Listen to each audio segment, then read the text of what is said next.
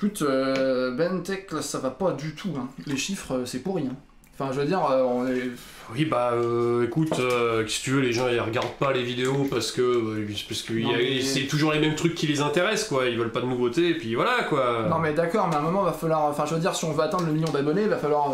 tu vois... Bah, y a pas le choix, faut taper sur des trucs de renom qui tirent plein de public, hein. Bah, je sais pas, t'as une idée de Bah, vidéo, y a pas 25 000 choix, hein. Va falloir retaper sur eux, hein. Non, mais enfin, je veux dire, si. 40 000, ça va se voir qu'on n'est pas motivé. Ouais, mais bon, bah voilà, mais bon... Ou alors, on fait une vidéo avec Macron. Ouais, non, déjà fait. Déjà fait, tu vois, ça perd de... Si, à la limite, il y a l'autre jeu chez Games Workshop, à la limite, c'est Ah non, mais il est chiant, lui. Bah oui, il est chiant, mais bon, j'ai envie de dire, les gens, ils regardent, donc voilà, si tu veux faire des vues, on parle de Age of Sigmar, et puis on demande à quelqu'un qui s'y connaît, voilà, et puis voilà, vidéo vite fait, c'est lui qui cause, et nous, on n'en branle pas une, et puis voilà. Ah bah heureusement, parce que moi, j'y connais rien. Voilà, comme ça, t'as ta vidéo qui est faite, voilà, on invite quelqu'un, je sais pas, un gars, là... Des mecs qui font des vidéos sur Age of Sigmar sur internet, voilà, c'est pas le chiffre qui manque, on prend le premier qui passe. J'ai peut-être une idée. Ok, oui. Attends. Allô, Squig? Allô? Ouais, dis-moi, est-ce que tu serais dispo là maintenant tout de suite pour une petite vidéo là, tu vois, parce que on a vraiment envie de parler d'Age of Sigmar, on trouve que c'est un super jeu, qu'est-ce que t'en penses? Écoute, ce serait avec un grand plaisir, mais je crois que ça fait une demi-heure que je suis sur le vocal avec vous là. Vous avez oublié de couper au micro, non? Coupé le micro. C'est pas... Non, j'ai pas coupé. C'est toi qui as le...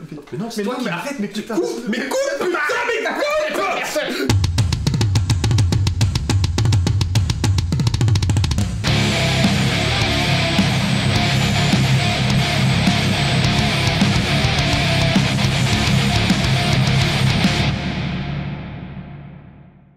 Eh bien, bonjour à tous et à toutes, hein, parce qu'on va pas oublier la moitié de la population, ce serait quand même dommage. Bah, surtout si voilà. elles viennent s'abonner à nos vidéos et ajouter des vues. Oui, voilà, c'est ça. Voilà. Et aujourd'hui, vous vous en êtes rendu compte, on est avec un individu, disons, inhabituel, qui n'a pas trop le... Inhabituel sur la chaîne. Oui, voilà, ouais.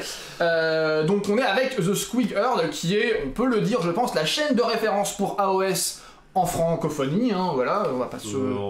Une des, comme ça, tu vois. Ah ouais. C'est un peu moins. C'est des coups de fil après, tu vois. Oui, c'est après les autres chaînes l'appellent en mode hey, c'est toi la référence. Non, alors, on voulait faire cette vidéo avec toi en fait parce que il y a un genre d'actualité qui se passe en ce moment sur Age of Sigmar. Quelques petits trucs. Un petit, ouais, une broutille, hein, 3 bricoles. Ouais, une broutille. Oh bah on sort encore des bouquins, un truc du genre. Ouais, voilà, ouais. Et repasser. Ouais, bah oui, c'est ça. On repasse au socle carré. Oh. Pas tout de suite, pas tout de suite. Il y a un changement de numéro. Voilà. Ah, c'est vrai, c'est vrai. Voilà, oui, il a été annoncé, c'est même officiel au moment où on la tourne, que la V3 va arriver cet été. Voilà. Alors j'imagine que toi, t'es dans les starting blocks depuis 3 mois et demi, hein, un peu, Presque.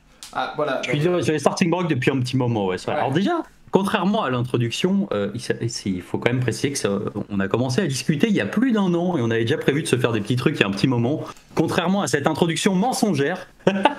C'est du storytelling de YouTube, ça. C'est. Tu es en train de cacher la surprise. Ah non, mais. Ouais, mais bon, il y a 1 an et demi, il n'y avait pas encore la V3 annoncée pour de vrai, donc disons que c'était. Exactement. C'était peut-être moins. Et puis il y a 1 an et demi, il n'y avait pas eu cette espèce de. Comment on dit le. Il y a eu un trou noir. Voilà. Il y a 1 an et demi. Tu sais, cette espèce de truc peu défait. Temporel, là, voilà. de fin du monde, là, Abaddon et compagnie. C'est ça. Mais ouais. C'est vrai qu'il y a eu la V3 qui a été annoncée il y a... Alors ils ont commencé à en parler, enfin alors déjà c'est dans les cycles de games, parce que tous les 3 ans, a priori, ils ressortent des versions. Comme il y avait eu que un renouvellement de version sur iOS, puisqu'on était en V2, on s'attendait à avoir des nouveautés techniquement cet été. Sauf que, bah évidemment, contexte, on ne savait pas trop si ça allait être maintenu, etc. Et effectivement, il s'avère que là, ça a été maintenu, ça a même été annoncé, on a même eu des petites règles, oui, effectivement, pour ce lancement de V3. Du coup, c'est vrai que c'est bien d'avoir quelqu'un qui sait de quoi il parle sur ce genre de vidéo. Ouais, suivez mon plan, on va faire comme ça. Ça marche. Du coup, on va commencer par... Comme il hijack la vidéo. Je me suis fait hijacker la vidéo. Du coup, parce qu'en fait, ce qu'on voulait voir, c'était un peu parler des attentes qu'on a pour cette nouvelle version. Un peu comme on avait fait pour la V9 de 40K. Exactement. Et puis, on s'est dit qu'effectivement, ça pourrait être intéressant de croiser un peu nos points de vue, dans le sens où, toi, t'es un grand joueur d'AOS. Grand dans le sens où, enfin, je parle pas en taille, hein, parce qu'après ça, je... Gros. Ouais, voilà. T'aurais dit gros joueur, j'aurais plus mal le prendre, là ça va. Mais effectivement, qui joue quand même beaucoup plus que nous. Qui joue sérieusement. Voilà. Alors que nous, on fait 3 parties et demie par an, et puis c'est marre, quoi. Donc, le point de vue qu'on a, ça sera pas le même, clairement, sur quelqu'un qui a une habitude beaucoup plus poussée. Mais du coup, effectivement, ça pourrait être intéressant de confronter ces deux points de vue-là. Du coup, avant de commencer, allez tous vous abonner à la chaîne du Squee. Alors, je sais que vous êtes probablement tous déjà abonnés, mais allez vous rabonner. Disons que s'il en a moins que nous, vous n'êtes pas tous abonnés. Voilà. S'il en a plus que nous, venez chez nous. Alors. Voilà. Non, mais voilà. Non mais c'est important. Je fais des maths de bar. Inversé. 2 fois. Alors 2 fois. Plus 12. Plus 12. Il y a combien de différences? Moi j'ai 8. À peu près. Déjà, moi j'avais vu toutes vos vidéos. Déjà, j'ai une première question. Ouais. J'avais été extrêmement subjugué par votre magnifique refonte de l'annonce de 40 000. Est-ce que vous avez prévu de faire la même chose sur AOS? Mais non, mais j'ai vu la bande-annonce, le truc animé là, avec le nouveau Stormcast là, qui tape sur des orques. Mais il n'y a pas vraiment de dialogue, c'est vraiment genre, c'est un mec qui marche et puis il y a un monologue. Donc on pourrait faire un truc, mais ça sera... Dans le celle de 40K, il y avait quand même plusieurs personnages qui passaient entre les actions, il y avait plein de trucs. Là, il y a quand même moins de choix, donc... Je sais pas, et puis elle a été reçue... Si, elle a été bien reçue. Non, j'ai un déconne, elle a été énormément bien reçue, hormis une ou deux personnes qui ont un peu mal vécu la blague. Voilà, c'est ça. Peut-être pas trop bien compris que c'était une blague. Déjà, ce qu'on pourrait faire, c'est un petit bilan de la V2 en fait, parce que mine de rien, ça fait quoi, 3 ans du coup, 3-4 ans qu'elle est en place. Ça fait exactement 3 ans. Voilà, parce qu'en fait, moi j'ai l'impression que, bon, la V1, on va pas se le cacher, c'était pas foufou, hein. Et la V2, il y a quand même eu un gros step. Je trouve que le jeu a beaucoup gagné en maturité. Enfin, je veux dire, sans rentrer dans les détails, il y a des trucs, il y a des trucs dont je suis satisfait, d'autres pas. Mais force est de constater que la V2 c'était mieux que la V1 en fait. Voilà, juste pour le poser. Carrément. Alors c'est vrai qu'en fait, si on peut... Alors déjà, première chose, c'est que moi j'ai commencé... Alors techniquement, j'ai pas connu la V1 en tant que joueur, parce que j'ai commencé en V2. Par contre, effectivement, j'ai eu beaucoup de retours de joueurs ayant joué et beaucoup ayant carrément arrêté en V1. Déjà, la V1 a beaucoup souffert de la transition, évidemment, depuis le vieux monde. Hein, donc ça, déjà, ça a fait beaucoup de mal. Et il faut avouer que le jeu n'est pas arrivé en V1 avec les meilleurs arguments du monde. Alors quelques règles un peu what the fuck, du genre ça se fait à la longueur de la barbichette ou à celui qui crie le plus fort. Ah ouais, voilà. Déjà le genre de règle, moi pour la barbichette, j'aurais pas aimé. Bref. Perdu. Oh, mais... Criez le plus fort, vous auriez été de sérieux compétiteurs. C'est plus fort. Si c'est moi, plus il y a de barbe, moins fait de jet, c'est bon, hein. Fini, hein, plus de taille. Hein. Et voilà. Et c'est vrai qu'il y a eu d'autres trucs qui peuvent paraître un petit peu aberrants, qui étaient qu'il n'y avait pas de coup en point. Ouais, ça déjà, oui, c'est sûr. Alors ça, déjà au niveau effectivement organisation du jeu, c'était un peu tendu. Et c'est vrai que la V2 a apporté beaucoup de, on va dire, d'uniformisation, on va dire standardisation du jeu, a posé vraiment des bases, on va dire, relativement admises et plutôt bien acceptées. Et il faut voir aussi un truc, c'est qu'en V2, tous les battle tomes du jeu, sauf 2, ont été refaits. C'est-à-dire que hormis Nurgle et Légion de Nagash, je crois, alors il y a une faille warp de 1 an et demi, donc niveau des années, je suis un peu paumé. Mais je crois que c'est l'année 2019 où ils ont refait quasiment 15 BT. Donc du coup, c'était cool parce que tout le monde avait son BT dans sa version, quasiment. Et donc déjà, ça a permis d'apporter des règles, on va dire, de niveau à peu près équivalent sur la plupart des BT, des armées. En plus, ils ont sorti vraiment de nouvelles gammes qui sortaient un peu de l'aspect, on va dire... fantasy classique un peu plus sombre, type battle quoi, pour partir sur du high fantasy type Idonet, ce genre de choses. Ouais, alors après moi en fait ce que j'ai, ça c'est un des points du coup qui est sur ma liste, c'est que effectivement le fait qu'il se sépare de cette espèce de de truc médiéval fantastique pour aller vers un truc vraiment très high fantasy avec des races vraiment, des trucs vraiment originaux pour le coup. En fait. Moi c'est un truc que j'ai bien apprécié et que j'espère qu'ils vont poursuivre en fait. C'est pour ça que quand j'ai vu les orques dans la boîte de base, j'ai fait c'est encore des orques. Tu vois, c'est... Ouais. Tu vois, les idonettes ou... Les Caradron, par exemple. Ouais, par exemple, ça c'était cool, tu vois. Non, mais c'est vrai que ça dépend beaucoup, justement, de la sensibilité de chacun par rapport à sa fantasy, etc. Moi, c'est vrai que j'aime beaucoup l'univers fantasy classique Tolkien. Du coup, c'est marrant parce que moi, les Caradron, ça me faisait un peu chier d'avoir des canettes avec des gros fusils. Tu vois, non mais le truc c'est que j'aime beaucoup la fantasy classique aussi, tu vois, l'heroic fantasy à l'ancienne de papa quoi. Mais en fait je pense que AOS c'est pas un jeu qui veut ça, tu vois. Il y a d'autres jeux qui le font très bien.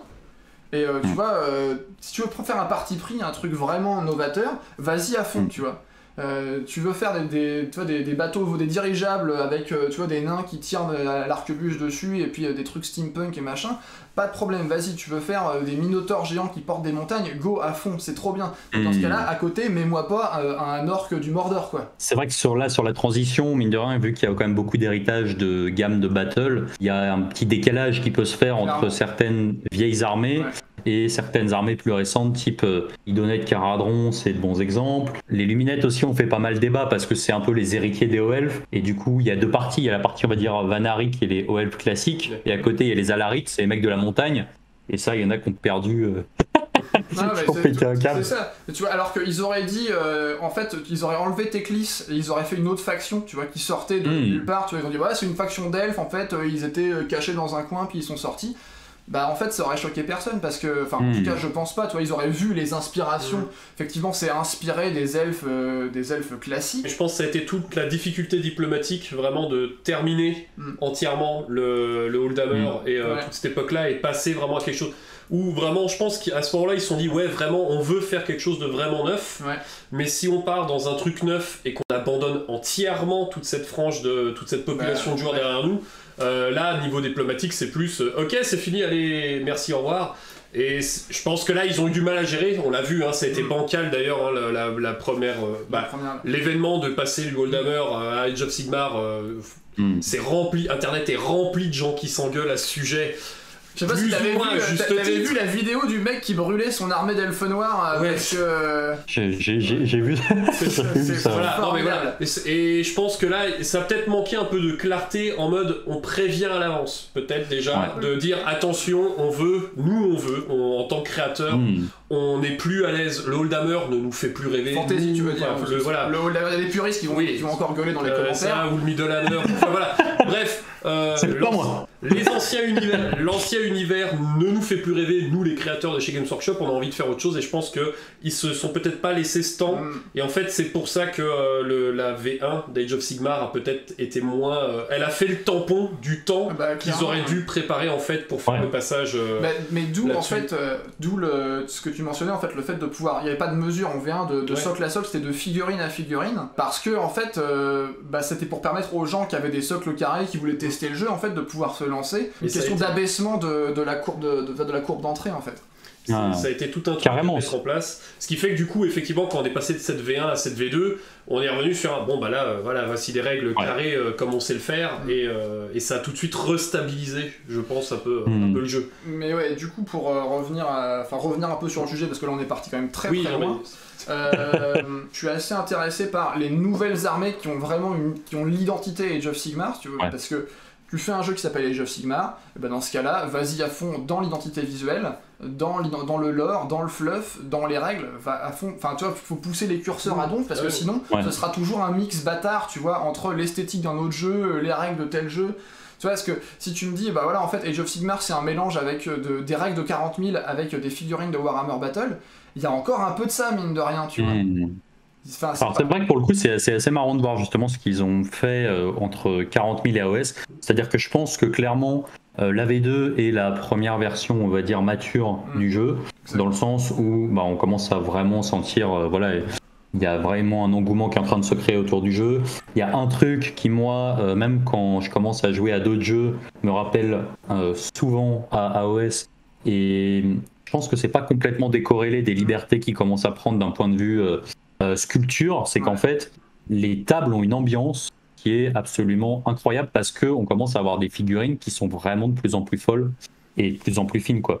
Donc ça c'est encore un autre aspect du jeu qui fait aussi que je pense que même pour les gens qui n'étaient pas franchement intéressés ou qui aujourd'hui seraient pas intéressés par la partie jeu, en fait, pour la partie modélisme, c'est vrai que les figurines d'AOS sont honnêtement très jolies, quoi. Au-delà de la sculpture, c'est plus sur le design en fait de la figurine que je trouve que le travail est intéressant, parce que tu vois, une recherche en termes, toi, pour les luminettes par exemple, les décors, je trouve ça, par exemple, un autre truc que je trouve très bien, c'est les décors propres aux factions, ça je trouve ça très très bien. Faut qu'il y en ait plus, faut que tout le monde en ait plein, parce que c'est, tu vois, je trouve que ça donne vachement d'identité à ton armée et puis à ta table aussi, toi, c'est ce que tu disais. Carrément. Et tout ce qui est sort persistant aussi, c'est pareil. Moi, c'est la représentation de la magie sur la table ou ce genre de trucs, c'est des trucs qui sont hyper intéressants. Alors c'est vrai que les décors, ça fait un peu rager même moi quand je me balade en tournoi, parce que tu te trimbales avec ton truc qui rentre pas dans ta mallette, il est comme ça. Tu fais pourquoi ils ont fait un truc si gros? Mais d'un point de vue ambiance de table, honnêtement, c'est super fin, quoi. C'est assez intéressant qu'on parle de cet aspect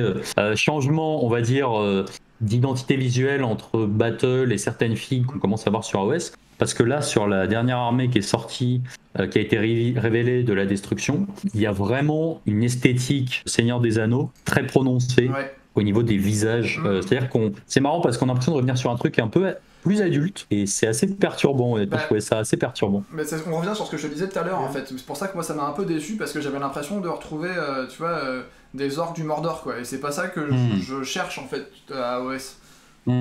Parce que t'as un univers qui est quand même vachement onirique, mine de rien, tu vois, parce qu'il y a vraiment rien de très ancré dans la réalité. Quand tu partais, c'était des dieux, des machins, des trucs. Et là, tout d'un coup, t'as Gorbad et Morgok, tu vois, qui vont se faire un... Non, ça, je sais pas... C'est pas ça que j'attendais, en tout cas, tu vois. Je pense que tout le monde a été surpris, parce qu'effectivement, aujourd'hui, l'armée n'est pas encore sortie, donc...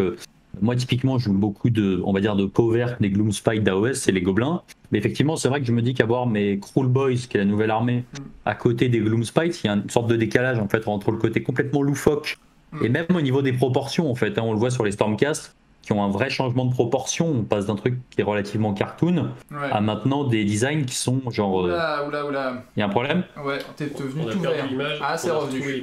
C'est bon. Voilà, j'ai parlé Gloomspite, je suis devenu vert. Ça doit être un petit décalage. Incroyable. Les Stormcast, c'est hyper flagrant. Les anciens Stormcast sont très cartoon, et les nouveaux font limite phalange romaine, quoi. C'est assez. Alors doucement quand même. Phalange romaine. Disons qu'ils ont un physique très athlétique. Voilà, ça n'a rien à voir avec les anciens Stormcast qu'on pouvait avoir, quoi. Ouais, bah tu vois là, c'est justement. Ils ont beaucoup plus de muscles apparents sur l'armure, effectivement, que. Ouais, il y a un côté hoplite, tu vois.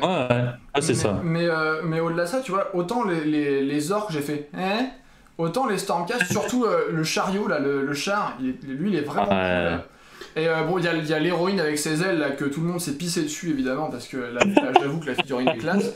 Et il commence à sculpter des femmes qui ressemblent à des femmes, ce qui est quand même extraordinaire. Et qui sont pas. Même au niveau du visage. Ouais, voilà, c'est ça. C'est surtout ça, parce qu'après le corps, ça. Voilà, mais c'est le visage, des fois tu faisais avant, tu fais ouh.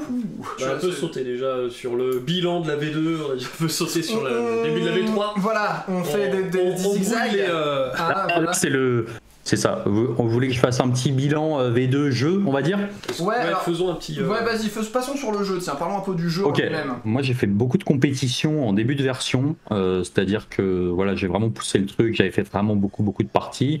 Du coup je pense que j'ai pu entrevoir un petit peu, on va dire, les dérives au fur et à mesure qui se sont ramenées dans le jeu. C'est-à-dire qu'au début de version, en fait, ce qu'il faut savoir, c'est qu'en fin de première version, on a eu une énorme prédominance du tir. C'est un truc qui a été cassé au changement de version par différentes règles, notamment le fait que quand on est au corps à corps, on peut pas tirer sur le mec qui est à l'autre bout parce qu'il nous dérange. Et le début de la V2 a été assez équilibré, et en fait au fur et à mesure des Battle Tomes, le corps à corps est resté en place. Ce qu'il faut bien voir en fait dans AOS, c'est que globalement la phase de corps à corps est la seule phase où les deux joueurs jouent vraiment. C'est-à-dire que quand on commence à appuyer trop sur une phase de héros, trop sur une phase de tir, déjà on joue tout seul, et la mécanique de double tour peut clairement vous pousser à jouer 2 fois votre phase principale tout seul, si vous jouez pas au corps à corps. Donc en fait, d'un point de vue tournoyeur, c'est tout à fait pertinent de se dire, quitte à avoir une chance d'avoir le double tour, autant appuyer sur les phases où mon adversaire va pas jouer.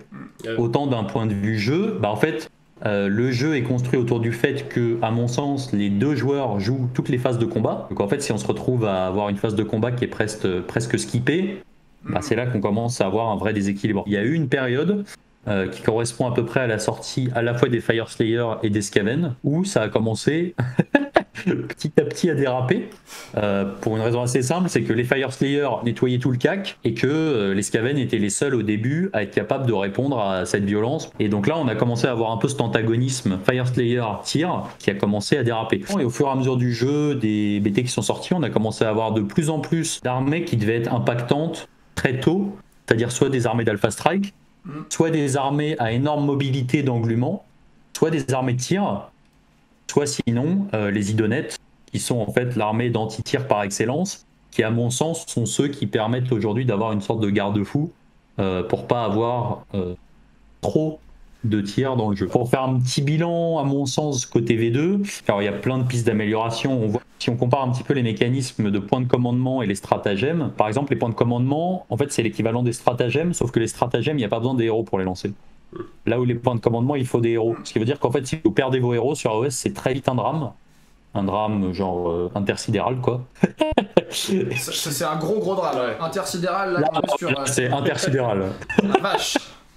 Et donc du coup, les armées de tir qui sont capables d'aller chercher vos héros trop tôt sont un problème. Et donc, je vais dire, une des conditions sine qua non pour commencer sur des bases saines, on va dire en V3, ça serait d'avoir une manière de calmer vraiment le tir. Moi, pour le coup, c'est vrai que je suis très AOS, un petit peu 40 000, et je commence à me mettre à d'autres jeux, genre Star Wars Légion, Game of Thrones, etc. Star Wars Légion.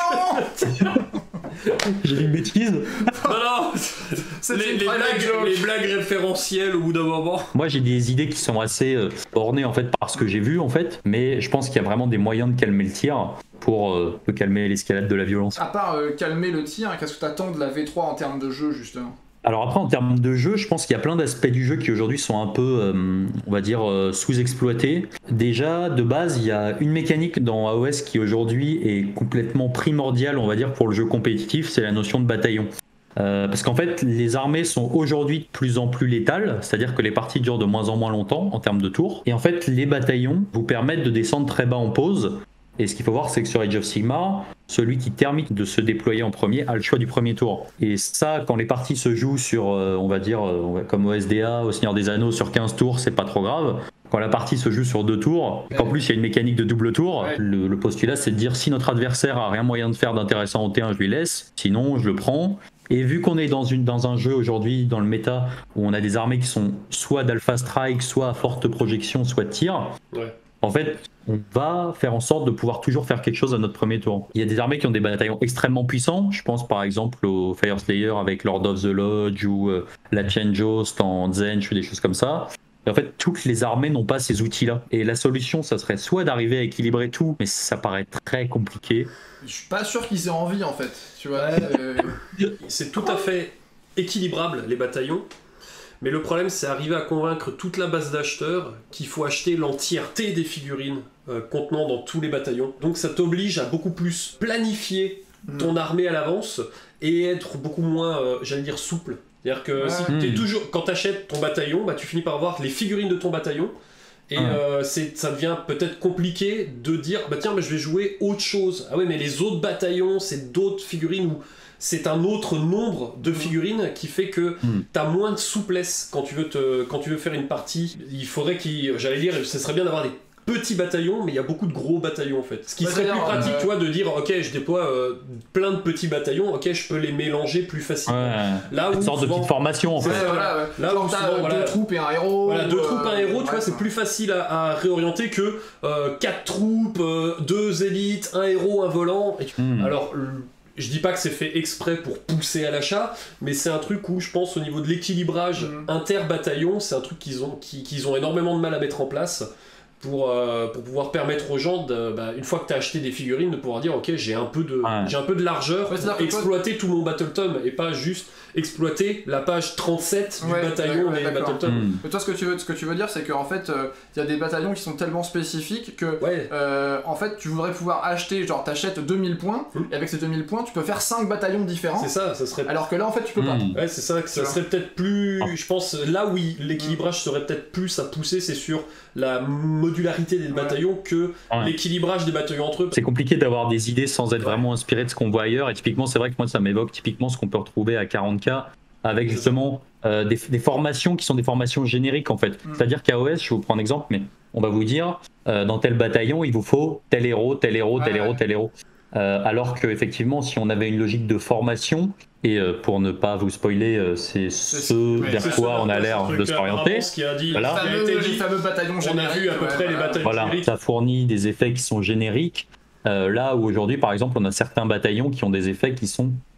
une armée qui va jouer ce bataillon va être vraiment 2 fois meilleure qu'une armée qui ne va pas le jouer. Et donc en fait, c'est vrai que pouvoir avoir les mêmes armes pour tout le monde, même si tout le monde en bénéficie pas de la même manière, c'est déjà un moyen d'équilibrer... J'allais dire flat, je m'interdis les anglicismes. Plat. De réaplanir le... Non mais alors attends, réaplanir l'étendue des possibles. C'est intéressant, les anglicismes, c'est intéressant parce que... Et c'est vrai que pour le coup, il y a un truc en fait qui nous bloque quand on va faire des tournois, etc. C'est que malheureusement, sur la plupart des BT, on va dire, il y a encore des erreurs de traduction et qu'à chaque fois, ce qui fait foi, c'est le livre en anglais. Ce qui fait que moi, en fait, je n'ai quasiment que les bouquins en anglais. Et en fait voilà, du coup je me fais au nom en anglais parce que c'est ceux que je feuillette tout le temps en fait. Et c'est vrai qu'effectivement quand on a les éditions Hachette qui sont disponibles chez les buralistes, etc., typiquement comme moi quand ma mère m'a mis aux éditions Atlas, peut-être que si ça avait été en anglais, elle me l'aurait pas pris, voilà, par exemple. Donc c'est un vrai sujet en fait, tu vois, de comment tu présentes ton univers et à quel point en fait il est facile à prendre en main. Le fait d'avoir des traductions, enfin quand il n'y avait pas de traduction au tout début, d'AOS, les gens ont fait ouais c'est chelou et tout, pourquoi c'est pas traduit? Et maintenant qu'ils recommencent à traduire des trucs, on entend ouais mais c'est chelou, les noms ils sont bizarres. C'est ça, il faudrait qu'ils décident une bonne fois pour toutes en fait de la ligne directrice. Alors moi au niveau du jeu en lui-même, il y a des trucs qui me... Enfin, ce que j'ai entendu parler, en tout cas, dans les rumeurs, donc cette histoire de points de commandement supplémentaires pour pouvoir faire plus de trucs, ça c'est bien. Et il y a aussi le fait de pouvoir les utiliser, enfin des ressources pour pouvoir jouer pendant le tour adverse. Donc, ça revient sur ce que tu disais tout à l'heure, dans le sens où pendant la phase de héros et la phase de tir adverse, toi, tu touches un peu la nouille. C'est intéressant parce que les jeux Games Workshop, ils ont toujours été un peu bâtards à ce niveau-là. Que ce soit 40 000 ou Battle ou quoi que ce soit, t'as toujours eu en fait pendant ton tour, l'adversaire a 2-3 trucs à faire, donc des fois il fait des sauvegardes, des fois il dissipe un sort, des fois il a une petite capacité spéciale qui fait que... Mais globalement... Il reste assis et il fait rien. Mais pas entièrement, tu vois. Donc en fait t'as un peu le cul entre deux chaises, tu vois. Je prends l'exemple de Kings of War. Kings of War, c'est un jeu où pendant le tour adverse, tu ne fais rien. Tu peux quitter la table et revenir à ton tour. C'est un choix de game design qui a été fait pour que le jeu se joue plus rapidement. Il n'y a pas de... Alors attends, 2 blessures, ok, tiens, fais tes sauvegardes, attends, sauvegarde invulnérable, machin, ah oui, mais combien de points de vie, etc. Tu vois, il n'y a pas d'échange de dés, il n'y a pas de machin. Tu joues, tu déroules ton truc, tu fais ton machin, hop, pif, paf, pouf, j'ai fini, à toi. À l'inverse, t'as des jeux qui sont... vachement interactif où tu fais je bouge un truc, ah bah ok, je réagis, je fais un autre truc, ensuite ah bah je te tire dessus, ok, bah dans ce cas là je déclenche une activité, tu vois, et les jeux Games Workshop, et Age of Sigmar en fait partie, a toujours été un peu comme ça, le cul entre deux chaises, à savoir il y a des trucs à faire mais pas vraiment, du coup je peux pas vraiment ne rien faire et toi penser à autre chose, réfléchir à mon tour ou quoi que ce soit, mais la plupart du temps je m'emmerde un peu. Effectivement c'est vrai, et je pense que en fait il était d'autant plus important de le résoudre sur Age of Sigmar de par la mécanique de double tour. C'est-à-dire que autant ne pas jouer une fois ça va, autant ne pas jouer du tout 2 fois, surtout quand tu peux prendre la foudre en attendant, ça devient un problème. Et donc effectivement avoir des mécaniques de réaction, je pense que c'était un bon choix. Juste un petit mot sur la mécanique de point de commandement, il y a un truc qui était pour moi potentiellement un petit problème sur AOS, c'est que toutes les aptitudes de commandement valent 1 point de commandement. Mais en fait, on a parfois du coup des aptitudes de commandement qui sont très supérieures à d'autres, mais de par game design qui fait que toutes les aptitudes de commandement coûtent 1 point de commandement, on se retrouve à avoir les mêmes dépenses pour des trucs qui ne sont pas du tout d'effets équivalents en fait. Bien sûr, On va dire une proposition, un truc que j'avais en tête, c'était effectivement, sans devoir réécrire tous les War Scrolls, on dit que la partie commence avec 10 points de commandement, que les aptitudes de commandement actuelles valent 10 points de commandement. Par contre, ça te permet déjà, du coup, de rajouter de nouvelles aptitudes de commandement qui en vaudraient par exemple 5. 6 ou 15. Voilà, c'est hyper important au niveau de Games, il s'offre la possibilité de plus avoir forcément tout qui vaille 1 point de commandement de manière complètement... J'ai encore failli dire le mot. Je le dirai pas. Stable. Complètement plat. Donc voilà, après sur une droite rectiligne parallèle au sol. Il y a un petit truc, je sais pas si vous avez eu l'occasion de jouer à Meeting Engagement ou pas. Ouais, on fait que ça en fait. On fait que ça. Généralement. C'est vrai. Parce qu'on a des armées qui nous permettent de... Puis non seulement ça, mais parce qu'on est mauvais et qu'on est très très lent en fait. Oui, c'est vrai. Comme on est nul et qu'on se souvient pas des unités, la moitié des règles, du coup, la moitié du temps. On passe la moitié de notre temps à faire attends, mais lui il fait quoi déjà? Attends, mais et puis merde, je balance 12 flèches, voilà. Voilà, mais... T'en pouvais faire 24, ouais, 12, c'est bien. Et du coup, on fait du meeting engagement parce que c'est plus rapide en fait. Pour moi, il y avait une bonne idée à piocher dans meeting engagement, c'était la notion de marquer les points à la fin du round. Ouais. Ce qui fait qu'au moment de l'initiative, t'as un vrai choix. C'est soit je vais tenter de te ramasser, soit je te laisse une chance de me ramasser, mais je marquerai potentiellement plus de choix sur le scoring. Donc, du coup, ça c'était une manière relativement simple aussi d'un point de vue des objectifs, de pas avoir systématiquement le j'ai gagné l'init, je la prends. Parce que y a un vrai choix entre soit la poutre, soit les points. Il y avait des scénarios comme ça d'ailleurs où tu, en AOS format standard, j'ai envie de dire, où si tu joues en deuxième, tu marques plus de points. Ouais. Et ça c'est bien, il aurait fallu que ce soit comme ça, mais tout le temps. Ouais, sur... Tu vois, parce que effectivement, ça, encore une fois, c'est ce que je dis, ça te met face à un choix, et en fonction de la situation et du contexte, tu choisis. Et s'ils vont dans ce sens-là, du coup, avec la V3, moi je trouve que c'est bien. D'un point de vue des points de commandement, comme tu dis, déjà il y en aura plus, mais surtout il y en aura qui seront donnés aux joueurs qui jouent en deuxième. Donc en fait, ce joueur-là aura plus de ressources potentiellement. Oui, c'est marrant parce qu'on est d'accord, mais pas pour les mêmes raisons en fait. Tu vois, c'est bien, c'est... Non mais c'est une argumentation complète. Non mais le truc c'est ça, parce que moi tu vois, je vois ça d'un point de vue de, tu vois, vraiment de game design. Parce que voilà, je vais pas le mentir, c'est vrai qu'AOS c'est sympa de temps en temps pour moi, mais c'est vraiment pas un jeu auquel je jouerais tu vois, très régulièrement. Du coup en fait, j'ai envie de... Quand je joue à AOS, j'ai envie d'avoir 110% d'expérience AOS, donc avec tous les choix possibles, avec tu vois, toutes les et que ce soit présenté sous un format qui soit facilement digérable, parce que en fait j'ai pas le temps de chercher la telle unité elle a cette possibilité là, mais c'est seulement si elle est combotée avec tel truc, et il faut avoir le supplément de mon cul sur la commode pour pouvoir déclencher la capacité spéciale machin. Ça non, moi je peux pas. Donc en fait c'est bien d'avoir, toi, s'il présente ça, cette équation là en fait, directement dans le livre de base, tant mieux. C'est vrai que je prends un exemple toujours, mais à Battle, tout ce qui était état-major avait des bonus constants, indépendamment des armées. Les lances étaient ISO sur toutes les armées, les épées étaient ISO sur toutes les armées. Et voilà, à AOS, c'est vrai que jusque-là, on a une bannière dans une armée, elle fait ça. La bannière dans l'autre armée, elle fait ça. Le chef dans telle armée, il fait ça. L'étendard dans telle armée, il fait ça. Bref. Et de ce que j'ai cru comprendre, si mon anglais est suffisamment bon pour avoir à peu près compris ce qu'ils ont dit pendant le reveal, on a vu que sur les premiers War Scrolls, ils les ont resimplifiés. C'est-à-dire qu'ils ont fusionné les profils de lance et d'épée. C'est une simplification. Moi, d'un point de vue perso, ça me fait plaisir parce que je pourrais jouer mes unités de squelettes que j'avais peint pour le délire avec des lances, avec ceux avec des épées. Tant mieux, effectivement. Et j'ai cru comprendre aussi qu'ils allaient réharmoniser les états-majors. Peut-être qu'on peut espérer avoir tel état-major qui fait toujours la même chose, au moins... peut-être par grande alliance. Ça rejoint clairement en fait ce point-là, ce qui était sur un côté d'harmonisation inter-Battletome, qui est pas à dire qu'il faut que tous les Battletomes soient harmonisés et qu'après tu rajoutes juste les règles spéciales, mais que, je veux dire, pour la base de chaque armée, notamment les troufions, donc c'est-à-dire l'unité la plus basique de chaque armée en général, le soldat de base, des choses comme ça, qu'ils aient une base beaucoup plus commune, moins difficile à prendre en main quand tu vas dans un autre Battletome, quand tu vas dans une autre armée, choses comme ça, que tu te retrouves à dire ok, là je suis en terrain connu. Et c'est quelque chose qui effectivement, là tu vois, comme tu l'as dit, par exemple les bannières, je suis pas en terrain connu. À chaque fois que je change de Battletome, je suis pas en terrain connu sur les bannières. Il faut que je réapprenne, ok, elles font quoi les bannières chez les autres, ah là elles font quoi les machins. Et en fait c'est vrai qu'effectivement ça rejoint clairement le truc où je disais c'était un côté d'harmonisation de certains types de pouvoirs. Les pouvoirs simples où c'est simplement tu relances tes sauvegardes, ça pourrait tout simplement être le même pouvoir quand t'as le pouvoir, c'est ça relance les sauvegardes. T'es pas obligé de lui donner 25 000 noms, un nom différent par Battletome. Alors c'est sûr, il y en a qui seront pas d'accord avec ce que je dis, parce que c'est vrai que le nom spécial du pouvoir, ça va avec le lore. T'as envie que les Sylvanettes ils aient un truc genre mur de ronces, et que les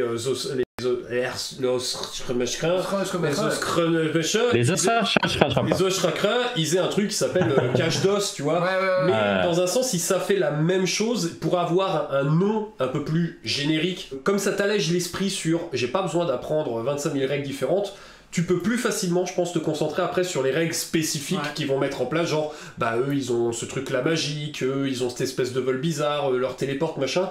Ça permettrait, je pense, de libérer de l'espace d'esprit aux joueurs, surtout aux joueurs qui jouent beaucoup et qui veulent jouer plusieurs armées, parce que quand tu es concentré que sur une armée, peut-être c'est un problème qui est moins... Même, en fait, même si t'as une seule armée, si tu joues pas souvent, encore mieux si tu joues pas souvent, parce que du coup t'as moins besoin de bandes passantes, tu vois, pour gérer le... Et c'est dommage des fois quand t'as 15 unités différentes, sur les 15 t'en as 5 qui ont 5 fois le même pouvoir, la même capacité, mais c'est 5 noms différents. C'est de l'espace mémoriel qui te permet d'oublier d'autres choses qui seraient importantes pour ton armée, mais je pense que c'est un truc qui pourrait faire en termes de règles pour alléger un peu, parce que c'est quand même Games Workshop, ça a toujours été des jeux à 1000 feuilles de règles spéciales.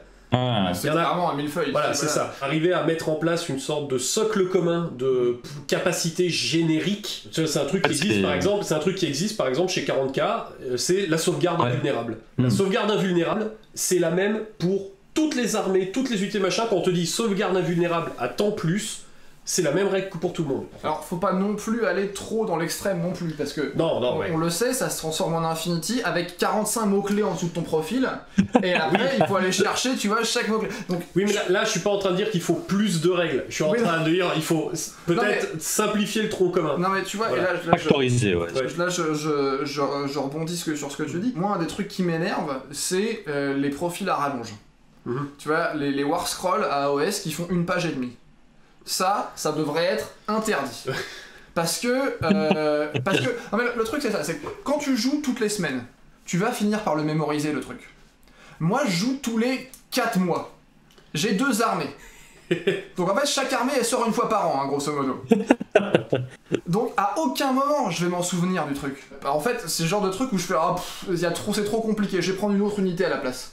Non mais effectivement comme tu dis, il y a 2 aspects. Effectivement l'aspect on va dire empilement de règles qui ça a priori je pense qu'on peut espérer qu'il commence de par ce qu'on a vu sur les premières simplifications. Après effectivement comme disait Bentech, il y a l'aspect factorisation de règles, et ça pour le coup je pense que effectivement sur tout ce qui a été règle V2, il y a eu beaucoup de Battle Tomes qui ont été édités à la suite les uns des autres, et il y a des exemples flagrants de ça qui font qu'aujourd'hui il y a beaucoup de débats sur des points de règle sur AOS.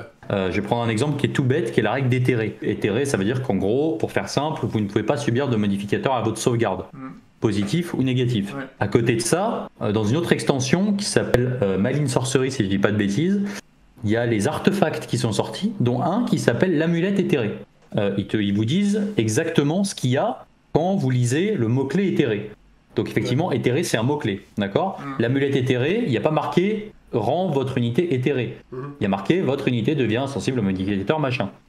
Un peu plus tard, en fin de V2, il y a une autre armée qui est sortie, milieu V2, une armée de Bone Splitters qui a des règles spéciales contre les unités éthérées. En fait, on se retrouve dans des trucs bâtards de mots-clés. Et du coup, ça a été répondu par Games Workshop. L'amulette éthérée donne les effets éthérés, mais ne vous rend pas éthéré.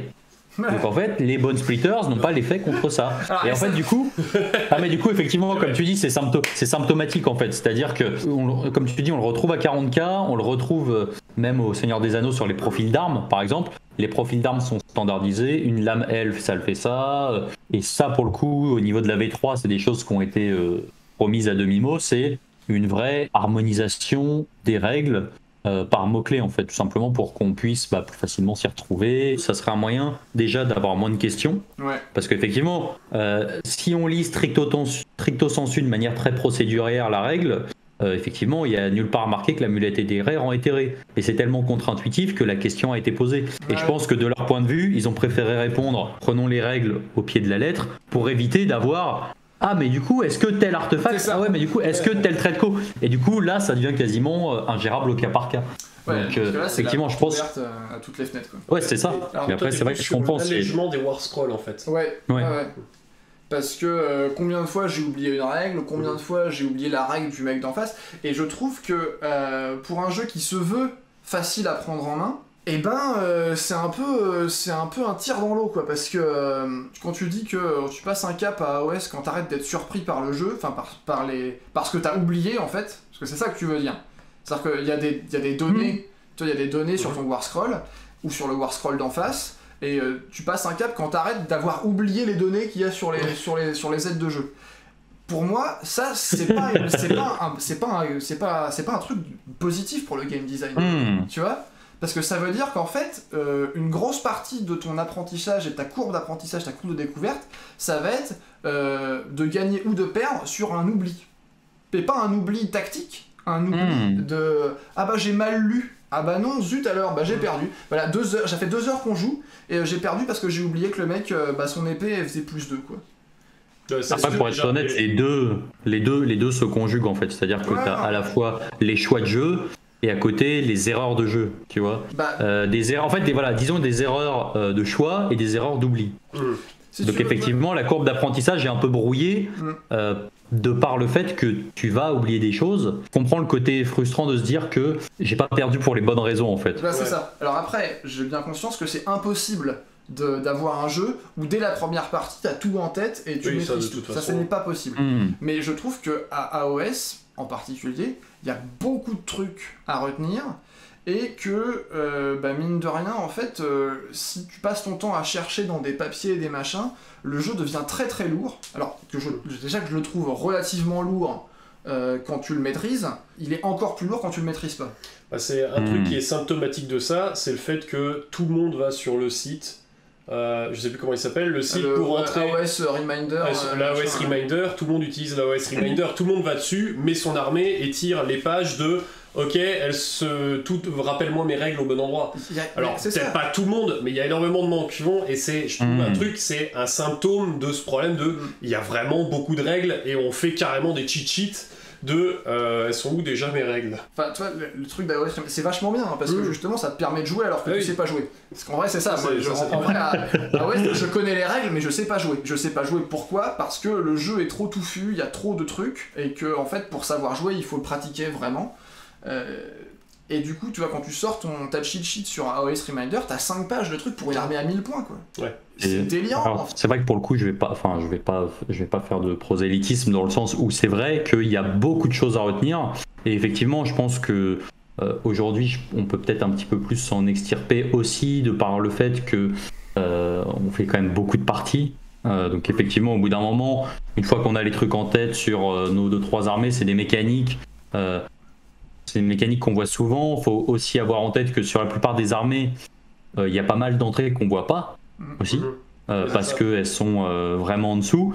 Et donc au final, tout ça se retient par la pratique. Mais c'est vrai qu'effectivement, je conçois que quand tu fais, on va dire, une partie par trimestre, effectivement, et en plus pas forcément avec la même armée, c'est quasiment mission impossible d'avoir tout en tête. C'est pas que c'est décevant, mais t'as pas l'impression de profiter au maximum du jeu en fait.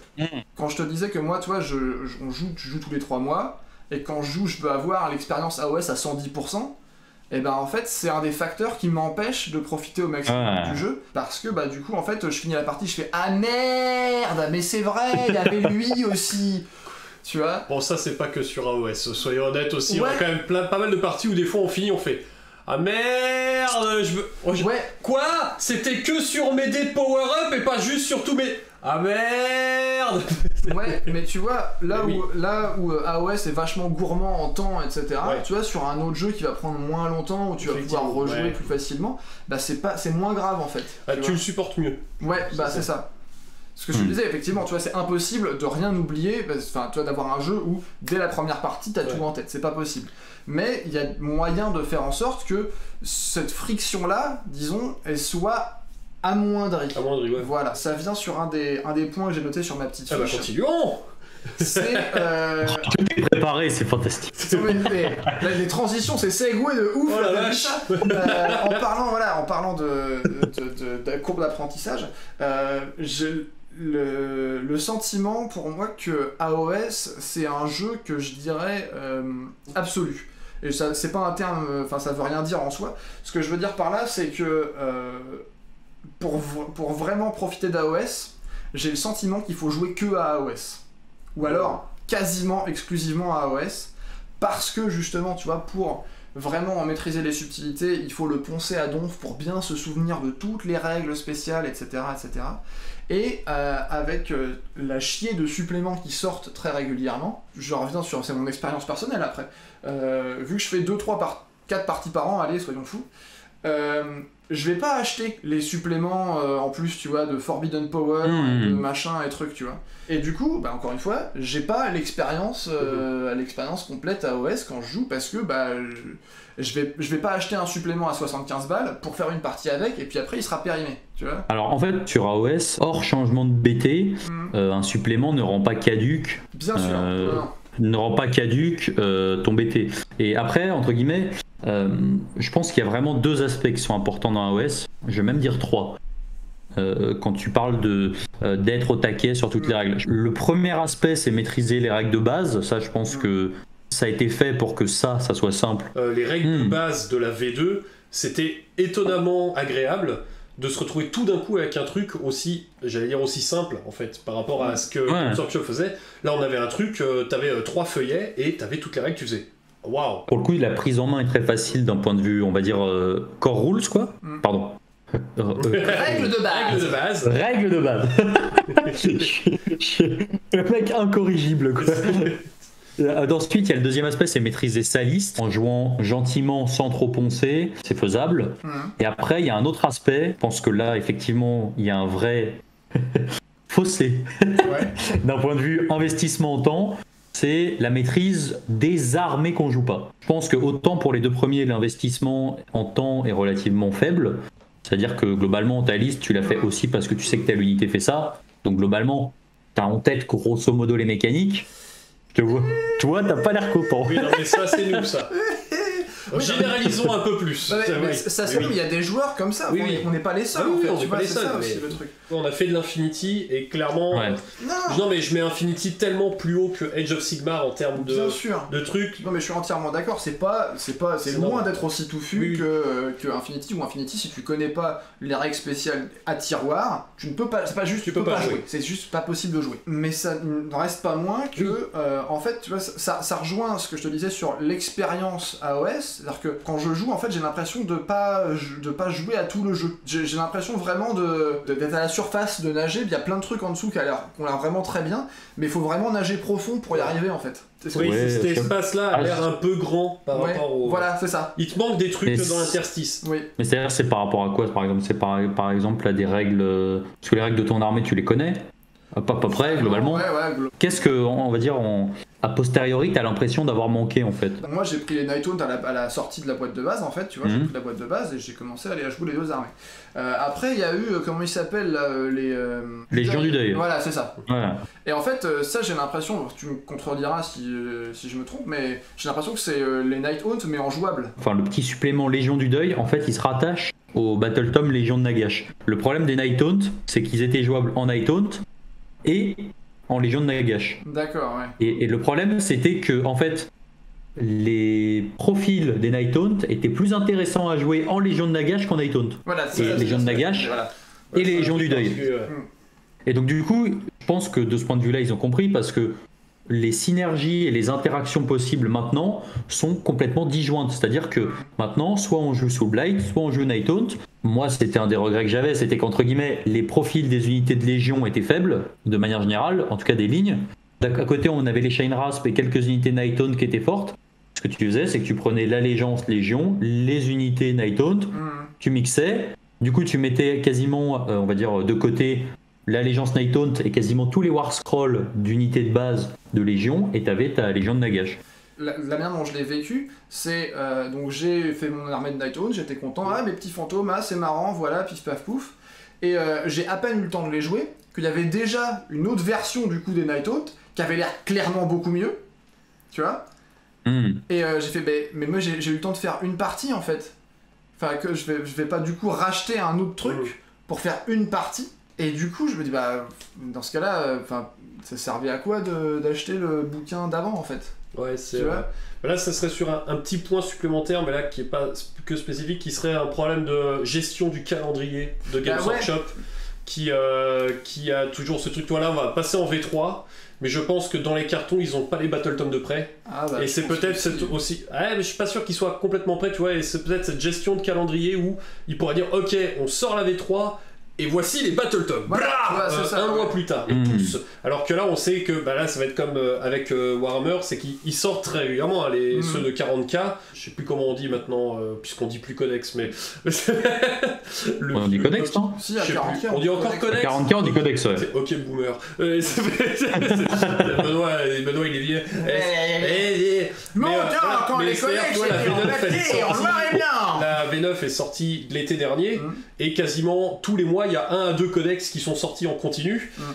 Ça veut, soit ils étaient effectivement prêts les codex, mais du coup pourquoi ils sont pas tous sortis l'été dernier en même temps que la V9, en mode voici la V9 et voici tous les codex, vous pouvez passer à la V9 entièrement, tout le monde peut y jouer. Ouais, moi ça j'aimerais bien. Alors que là, le codex Perparine est sorti, le Dark Angel il est sorti 1 mois plus tard, donc c'est à dire que toi tu pouvais jouer tes Space Marines, mais moi il fallait que j'attende 1 mois de plus pour pouvoir jouer mes trucs. Les Drukhari sont sortis il y a 4 mois, donc là j'aurais dû attendre 8 mois pour pouvoir les jouer. Il y a peut-être d'autres raisons commerciales, d'organisation, machin, mais en fait je pense qu'ils devraient se dire, et là par exemple pour la V3, je pense pas qu'ils l'auront fait, parce que voilà, mais c'est un truc je pense qui serait intéressant à faire, c'est de dire ok on sort la V3 quand on a fini de préparer tous les Battle Tomes qui vont avec la V3, et on peut tout de suite lancer les tournois, les machins, les bidules avec zéro souci de liaison entre le mec qui joue déjà avec le Battle Tome V3 et puis lui il joue avec la version encore V2.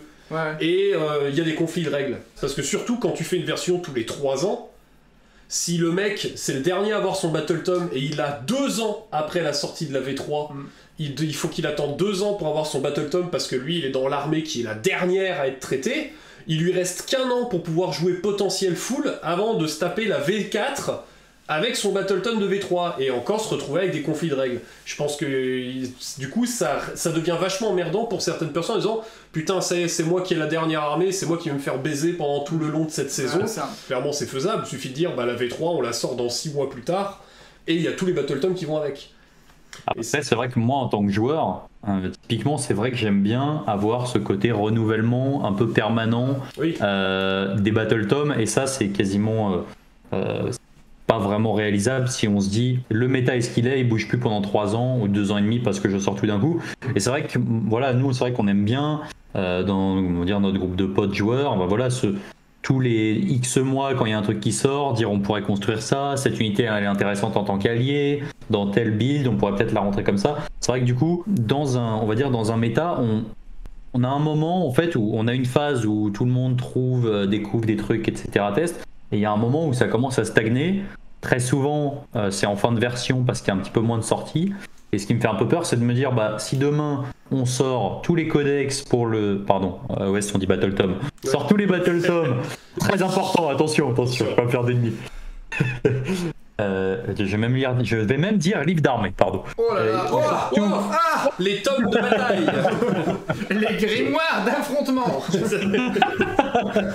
Donc imaginons on sort tous les grimoires d'affrontement 3 mois après la version, on se retrouve peut-être à V3 plus 1 an à avoir un truc qui commence à stagner et où on a vraiment un truc qui sort du lot, quoi. C'est sûr qu'effectivement là-dessus ça demande une gestion après dans le temps de la méta avec d'autres types de trucs, avec du scénar, des machins. Justement. Mais je vois ça sur le jeu vidéo, par exemple les MOBA, où effectivement t'as ta bêta et t'as régulièrement un nouveau personnage qui sort. Voilà, de sortir le Battle Tome et après 1 an plus tard dire on a une nouvelle unité avec un nouveau War Scroll, c'est peut-être moins lourd pour les gens à sortir. Après voilà, c'est mon avis, et ça demande, de toute façon c'est pas juste ça, c'est pas t'as tout sorti puis après tu te touches la bite pendant 3 ans et puis merci au revoir.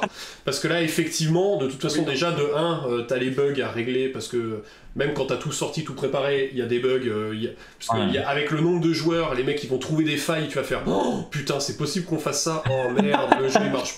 Voilà. C'est quand t'es MJ et que ton PJ fait mais du coup si je lance une boule de feu là, est-ce que du coup je peux activer ça? Et tu fais On avait des trucs, on a toujours eu en JDR, on a eu des trucs comme ça. J'ai un pote, coucou, je sais qu'il regarde les vidéos, coucou, qui était en mode mais les règles disent que je peux avoir ça et un clavecin dans mon sac. Parce que je peux porter tant de kilos, et un clavecin ça pèse tant de kilos. Donc il se baladait avec un clavecin. C'était un nain qui avait son sac et un clavecin sur le dos. Parce que les règles machin. Bon, c'était pour faire chier le MJ qui était un peu trop carré sur les règles, en mode tu veux être carré sur les règles? Voilà, je comprends en tant que joueur aussi, voilà, il y a des trucs qui sortent, ça permet de renouveler tout le temps, machin. En même temps, c'est aussi un peu pouce au vice, parce que t'as des trucs qui sortent tout le temps, donc forcément, on va dire, il y a des trucs nouveaux à acheter. Mais... il me faut ça. Voilà. Je suis pas débile non plus, il y a tout à fait une raison commerciale. Donc ça sera un moyen, je pense, peut-être aussi de redynamiser le truc en mode tout le monde est sur un même pied d'égalité. Et tu te retrouves pas avec super, j'ai construit mon armée de fantômes et 2 mois plus tard, il y a mon armée de fantômes mais en mieux qui sort. Voilà. Honnêtement, il y a quand même assez peu de suppléments, on va dire, sur AOS. Il y a eu la série des Broken Realms dernièrement, qui a impacté le jeu, mais de manière pas drastique, quoi. Et sinon, globalement, avant, il y a eu, comme tu as dit, il y a eu Forbidden Power, Malign Sorcery, qui était là principalement pour rajouter tout ce qui est sort persistant.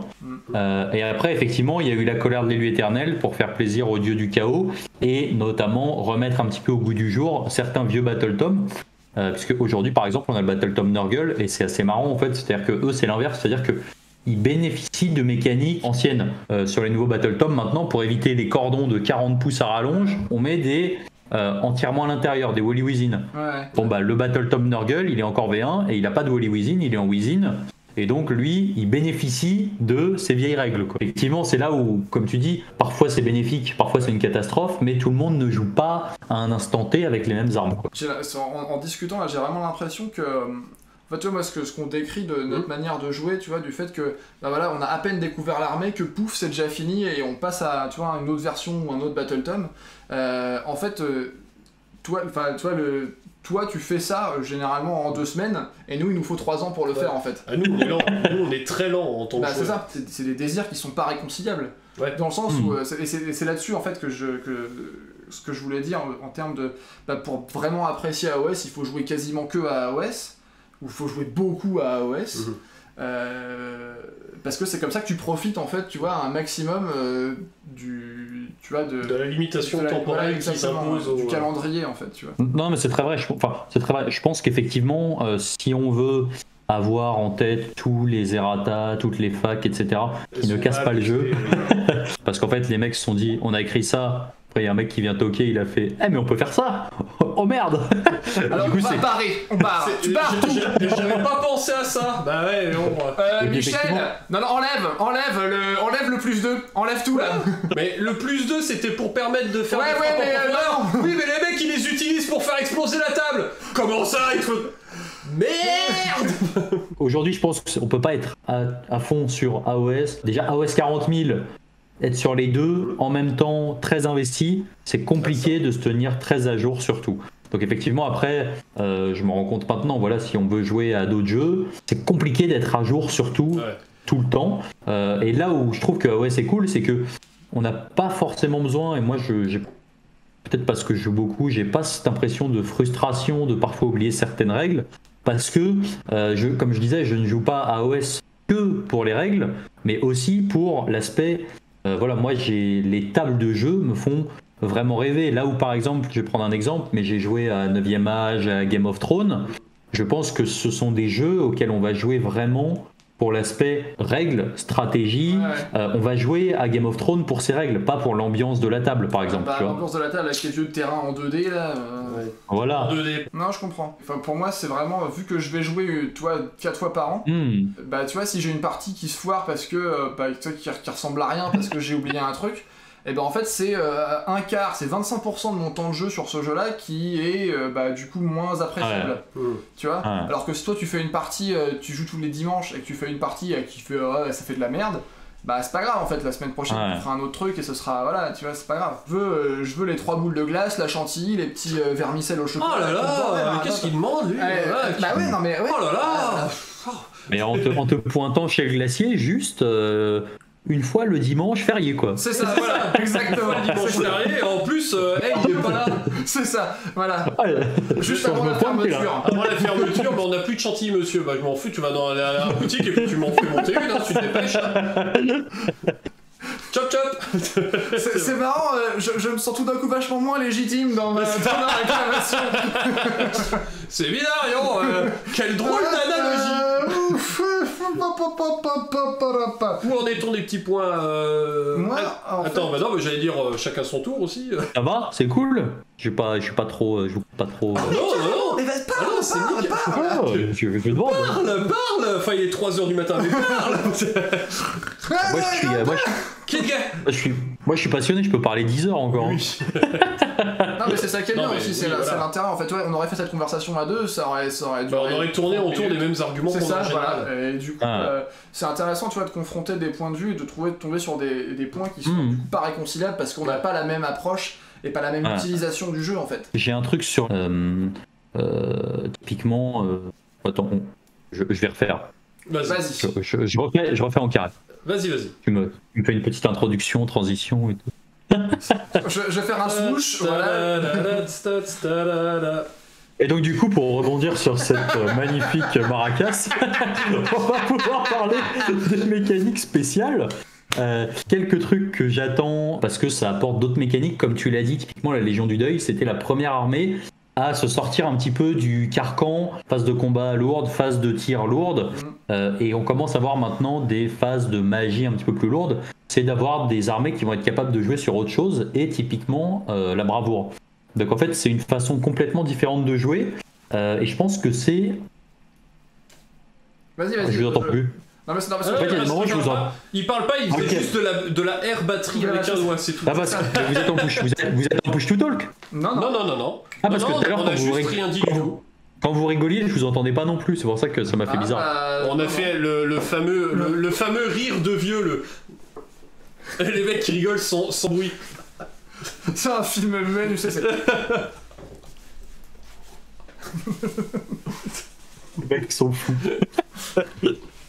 Donc voilà, par exemple des mécaniques qui tournent autour de la bravoure, et on commence à voir des mécaniques de jeu autour du contrôle. On va pas avoir une armée qui va taper fort, mais on va avoir une armée qui va bloquer certaines mécaniques de l'armée adverse. Alors là où c'est frustrant, c'est quand ça tape toujours sur les mêmes, genre les petits gobelins qui n'ont pas de bravoure. Mais on sent qu'il y a un petit, tu vois, un petit ressentiment là, voilà. Ah, il y a un peu de sel là. I feel it. Et par quoi ça peut passer ?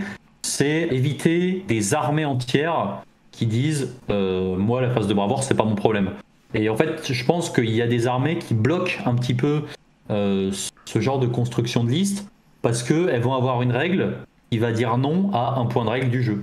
Je prends par exemple les Ossiarches. Les Ossiarches n'ont pas de test de bravoure. Si toi tu te ramènes en solo, que ta liste tourne autour de ça, que le mec il a 10 de bravoure, en plus il a pas de test de déroute, bah en fait ça va faire que globalement contre tout le monde tu vas pouvoir jouer sans être pété.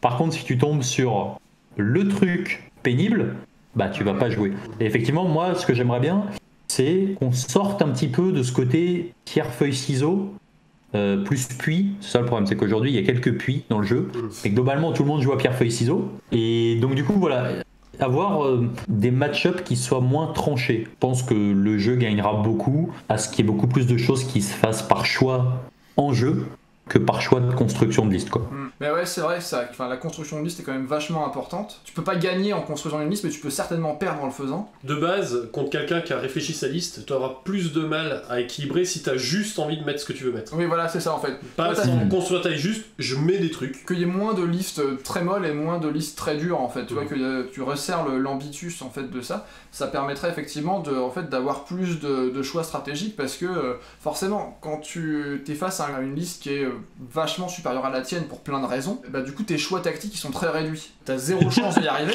mais s'il y en a une, t'en as qu'une en fait. Toi t'as pas je pourrais faire ça, puis ça, ou alors je fais ça, mais c'est risqué parce que c'est si j'arrive à faire un 12 là, peut-être au tour d'après je peux réussir un truc, mais c'est pas sûr. Non mais c'est vrai que typiquement j'ai eu l'occasion de jouer à 40 000 ou ce genre de choses. Ce que j'aime bien dans un jeu, c'est tout le côté gestion de risque en fait, c'est-à-dire en partie de dire si je déclare une charge sur ce mec là mais que j'y arrive pas, en fait ma charge est annulée. Pas le côté disons je vais jeter un dé, voir ce qui se passe sans que ça vienne vraiment d'un choix. Alors effectivement les dés rentrent toujours en compte dans les deux cas, mais globalement qu'il y ait un choix à juxtaposer à ça, je pense que ça ne peut faire que déjà enrichir l'expérience de jeu d'un point de vue stratégie et permettre d'avoir encore plus de manières de discerner un joueur qui va vraiment avoir une très bonne gestion de son armée, de ses ressources et des risques, d'un mec qui va avoir beaucoup de chance, quoi. Ouais. Je trouve que c'est vachement intéressant comme réflexion, dans le sens où ce serait effectivement bien que le jeu favorise les joueurs qui, même avec une armée théoriquement moins forte, mais qui savent réfléchir et tu vois, qui savent trouver les synergies et tu vois, à prendre les bonnes décisions au bon moment, que ce joueur-là ait plus de chances de gagner, tu vois, même si en face, en fait, la liste est vraiment trop solide. Tu vois ce que je veux dire? En fait, ça me rappelle vraiment, moi qui ai fait beaucoup de jeux de cartes TCG, par exemple, ça me rappelle vraiment le passage de, je sais pas si vous avez Hearthstone, je pense que vous avez connu, mais le passage de Hearthstone à Gwent, par exemple. Hearthstone, par exemple, les top players, de par la prépondérance de l'aléatoire, avaient des taux de victoire de l'ordre de 56% par exemple. Je pense par exemple à des mecs comme Life Coach. Ces mecs-là qui étaient significativement au-dessus d'un point de vue stratégie, quand ils sont passés de Hearthstone à Gwent en ayant les mêmes adversaires, ils sont passés de 56% de victoire à quasiment 70%. Il y a quand même une part d'aléatoire parce que c'est un deck, on tire des cartes, mais les choix ont une prépondérance un petit peu plus grande, et ça je trouve que c'est hyper intéressant, et je pense qu'il y a moyen de le faire dans AOS sans tout casser en fait, de manière on va dire en rajoutant des petits trucs à droite à gauche. Tu vois, tu parlais du système de bravoure, c'est un point que t'as pas mis dedans, que j'ai pas mis dedans, mais qu'en fait est un point nécessaire, c'est putain, le système de bravoure là qu'ils ont mis dans la V9 de 40K est tellement plus fin, je le trouve beaucoup plus sympa, ce côté où j'ai raté mon test de bravoure, bon bah j'ai juste plus d'unité. Attends, je viens déjà de me faire péter la gueule, je viens déjà de perdre tactiquement, je perds en plus à la bravoure. Et là, il y a là où dans le 40K, il y a moins cet effet boule de neige de ok, j'ai fait un mauvais choix tactique, je l'ai payé parce que j'ai perdu ma baston. Bon bah je perds un ou deux mecs en plus, tiens ça t'apprendra, voici ta fessée. Bon bah ça fait chier, voilà. Là dans AOS on est encore en mode j'ai fait un mauvais choix tactique, je le paye à ma baston. Bon bah j'ai payé à ma baston, ouais bah dis au revoir à toute ton unité. Mais merde, j'ai déjà payé mon prix. Et du coup, tu te retrouves à devoir payer. J'ai purgé ma peine. J'ai purgé ma peine déjà. Et là, tu te payé la dette à la société. C'est ça. Et ça se retrouve. Alors effectivement, c'est plus punitif et le jeu va plus vite. Mais du coup, il y a beaucoup. Tu enlèves énormément de rebondissements de. Ok, j'ai fait un mauvais choix. Est-ce que je peux me relever de ce mauvais choix? Bah non, tu peux pas te relever. T'as plus d'unité. Merci, au revoir. Bah après le truc c'est que nous on joue à petit format, donc c'est encore plus parlant en fait, tu vois, parce que plus t'as de troupes sur la table, plus forcément en fait perdre une unité bah c'est moins grave parce que là-bas en fait c'est toi qui as gagné et du coup ça. Voilà, mais au-delà de ça il y aurait en fait moyen non seulement de rendre le truc moins punitif mais aussi de le rendre moins noir ou blanc en fait, tu vois, plus élégant, c'est ça. C'est ça, le truc c'est que là je le trouve il est chiant en fait le système de bravoure. Le système de bravoure en OS, c'est tu le réussis, tu l'as réussi. Voilà. Tu le rates, merci, au revoir, allez, merci d'avoir joué. C'est pas, ils ont combattu, mais voilà, ils sont en train de, toi, ils sont sur le reculoir, du coup, voilà, il y a des mecs qui sont... C'est vraiment, voilà, t'as 2 pertes en plus, où t'as toute ton unité se barre. Enfin, c'est jamais, j'ai l'impression... représentatif du rapport de force, en fait. J'ai l'impression que le système, il fonctionnerait pour un jeu où le nombre de... Enfin, tu vois, la létalité des unités serait genre 3 fois inférieur, en fait. Parce qu'en fait, si tu perds 5-6 mecs, tu vois, par tour, avec ta bravoure 7 ou 8, en fait, et tu lances ton dé, sur 5 ou 6, tu perds un mec en plus, 2 mecs en plus, c'est bien. Mais là, vu que tu vas perdre 20 mecs parce que les mecs, ils vont balancer 70 attaques, et ça a plus lieu d'être en fait, tu vois, c'est pas pertinent. Oui, je comprends, quand tu dis tu perds une unité quand on a 60 sur la table, c'est pas la même que quand on a 3 quoi. Voilà, exactement. Le truc c'est que les moyens d'atténuer un petit peu ça, il y a une aptitude de commandement qui vous permet d'immuniser à la bravoure ou ce genre de choses. Mais après voilà, c'est vrai qu'il y a... Le truc c'est que par rapport à la bravoure, tout le monde ne joue pas avec les mêmes armes. C'est-à-dire qu'en fait il y a des armées, les anciens Légions de Nagash par exemple, le point de commandement était une ressource très rare en fait, et ça servait à ramener des unités. Donc en fait on se retrouverait parfois du coup à faire en sorte que l'unité fuit entièrement en retirant les bannières, les étendards et tout pour pouvoir les ramener. Donc là entre guillemets il y a un petit choix, mais je pense qu'encore en plus tout ça va être exacerbé par le fait que potentiellement après avoir loupé un test de déroute au tour adverse, l'adversaire peut potentiellement encore rejouer. Et du coup c'est là où je pense que justement le fait de donner des ressources supplémentaires à un joueur qui va jouer en deuxième, lui évitera au moins d'être puni quasiment 2 fois d'affilée, quoi. Je pense qu'ils ont compris que la mécanique de double tour était une spécificité du jeu et qu'elle n'a pas posé problème pendant un an et demi au début de version, et que honnêtement c'était très intéressant parce que ça permet vraiment aussi en fait de toujours imaginer le pire scénario, c'est-à-dire faire cette unité là, ça veut dire que derrière il faut que j'anticipe ça, donc je vais moins me donner parce que potentiellement mon adversaire va jouer plusieurs fois. Et effectivement, pouvoir aujourd'hui donner des ressources supplémentaires au joueur qui va jouer en deuxième, mais ça peut être une bonne solution de compenser un peu ça. Ça peut être pas mal. Ça. Sur la V3, je pense que c'est un point en termes de dans les phases qui pourrait être à retravailler. Pour la petite histoire, cette mécanique de bravoure, c'était la même qui était mise en place, si je dis pas de bêtises, sur la première version de Game of Thrones, Song of Ice and Fire, et qui a été revue récemment. Du coup, si on loupait le test de déroute, on perdait D3 plus une figurine. Et ils ont encore, en fait, en V1. C'était la différence, comme AOS. En V1.6, c'est D3 plus 1, et là, sur la prochaine version qui sort, c'est D3. Alors, c'est pas figurine, c'est point de vie à Game of Thrones, mais parce qu'effectivement, ils se rendaient compte que ça pouvait faire complètement basculer sur un jet de dés sur lequel on a, mine de rien, assez peu d'influence, quoi. En parlant des jets de dés, parce que ce truc que j'avais pas mis, mais c'est vrai que c'est un truc qui a tendance à m'énerver dans AOS, c'est... Les sauts. Ouais, non seulement les sauts, les relances. Le nombre de dés que tu dois lancer à la suite. Ouais, il y a beaucoup de règles de relance. C'est ça. Donc qui pourraient être remplacées simplement par une règle de t'as une meilleure chance sur ton jet de base. Oui, voilà, ouais. Mais au-delà de ça, tu vois, c'est genre, quand tu prends l'ensemble du truc, qu'il y ait une relance de temps en temps, ça me dérange pas en fait. Mais tu vois, t'as un saut de dés pour toucher. Ensuite, tu relances les 1. Ensuite, l'adversaire te force à relancer les 6. Ensuite, toi, tu peux faire ton jet pour blesser. Même tarif, t'as une relance, t'as machin, t'as truc. Les sauvegardes. Ensuite, le feel no pain. Ensuite, enfin, tu vois, c'est... Pour un combat, c'est une unité qui attaque une fois. Mais faut arrêter. On est en 2021, les gars. On n'est plus en 95. Quoi. Oui, mais ça, je pense que ça sera pas changé à la V3 vu que c'est pas changé depuis la naissance de Games Workshop. On a cette trinité de toucher, blesser, sauvegarde. Voilà. Ça serait incroyablement surprenant que là, à la V3, on sorte de la trinité. Je pense que les gens ils s'arrêtent de font oh. Il vient de se passer quoi là? Déjà, faudrait refaire tous les War Scrolls du jeu. En plus. En plus. Ça me paraît un peu balèze. Ouais. Il y a des relances qui pourraient être remplacées simplement par le fait que t'as de meilleures chances sur ton jet de base en fait. Plutôt que de relancer par exemple, je peux relancer les 1 loupés, au lieu de réussir à 3+, réussir à 2+, et ça règle. Et c'est con à dire, c'est pas grand chose de différence. En termes de stats, faudrait voir, tu vois, pour faire le calcul, mais je pense qu'il y a moyen d'éviter de relancer des dés en ayant simplement amélioré le jet précédent. Il y a aussi ce genre de règle de rajouter par exemple les touches explosives quand on fait des 6, etc.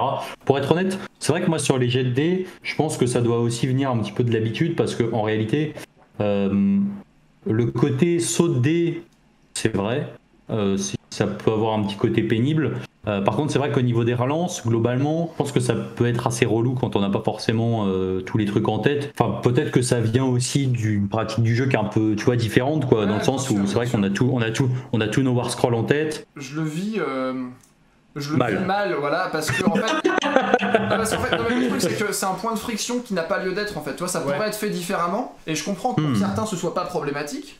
Mais en fait, c'est un point de friction qui pourrait être réglé d'une autre manière, de manière plus fluide, et je comprends pas pourquoi c'est pas le cas en fait.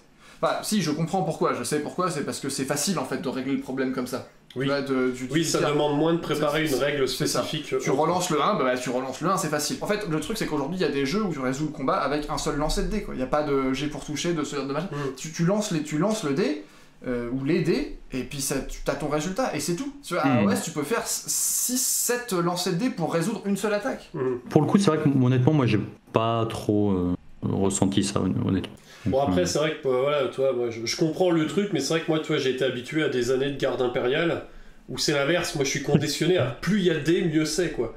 Ah non, mais. C'est. Tu vois, comme quoi, en fait, je pense qu'il y a aussi le conditionnement de comment on m'a appris à jouer à ce jeu, dans le sens où, moi, il y avait ce côté où plus je jette de dés, plus j'augmente les réussites statistiques. Donc, forcément, moi, il y avait ce côté, plus je jette de dés, plus c'est positif. Et en fait, c'est peut-être ce côté aussi d'où. Moi j'ai été élevé dans des armées où on te disait ouais plein de dés c'est cool. Non, là où il y a d'autres armées où on va te dire non, moins de jets c'est cool. Ça, et il y a peut-être ce truc où bah tu le sais pas à l'avance. Tu vas arriver sur une armée où ah ouais ça c'est une armée où à plein de jets c'est cool. Ah ouais mais moi j'aime pas les plein de jets. Ah tant pis trop tard, t'as déjà acheté la moitié des figues. Bah tu vois c'est non mais je comprends tout à fait parce que effectivement tu vois la manière dont t'as évolué dans ta pratique du wargame, du jeu en général, ça conditionne beaucoup de ce que tu vas apprécier ou pas apprécier. C'est quelque chose de très subjectif.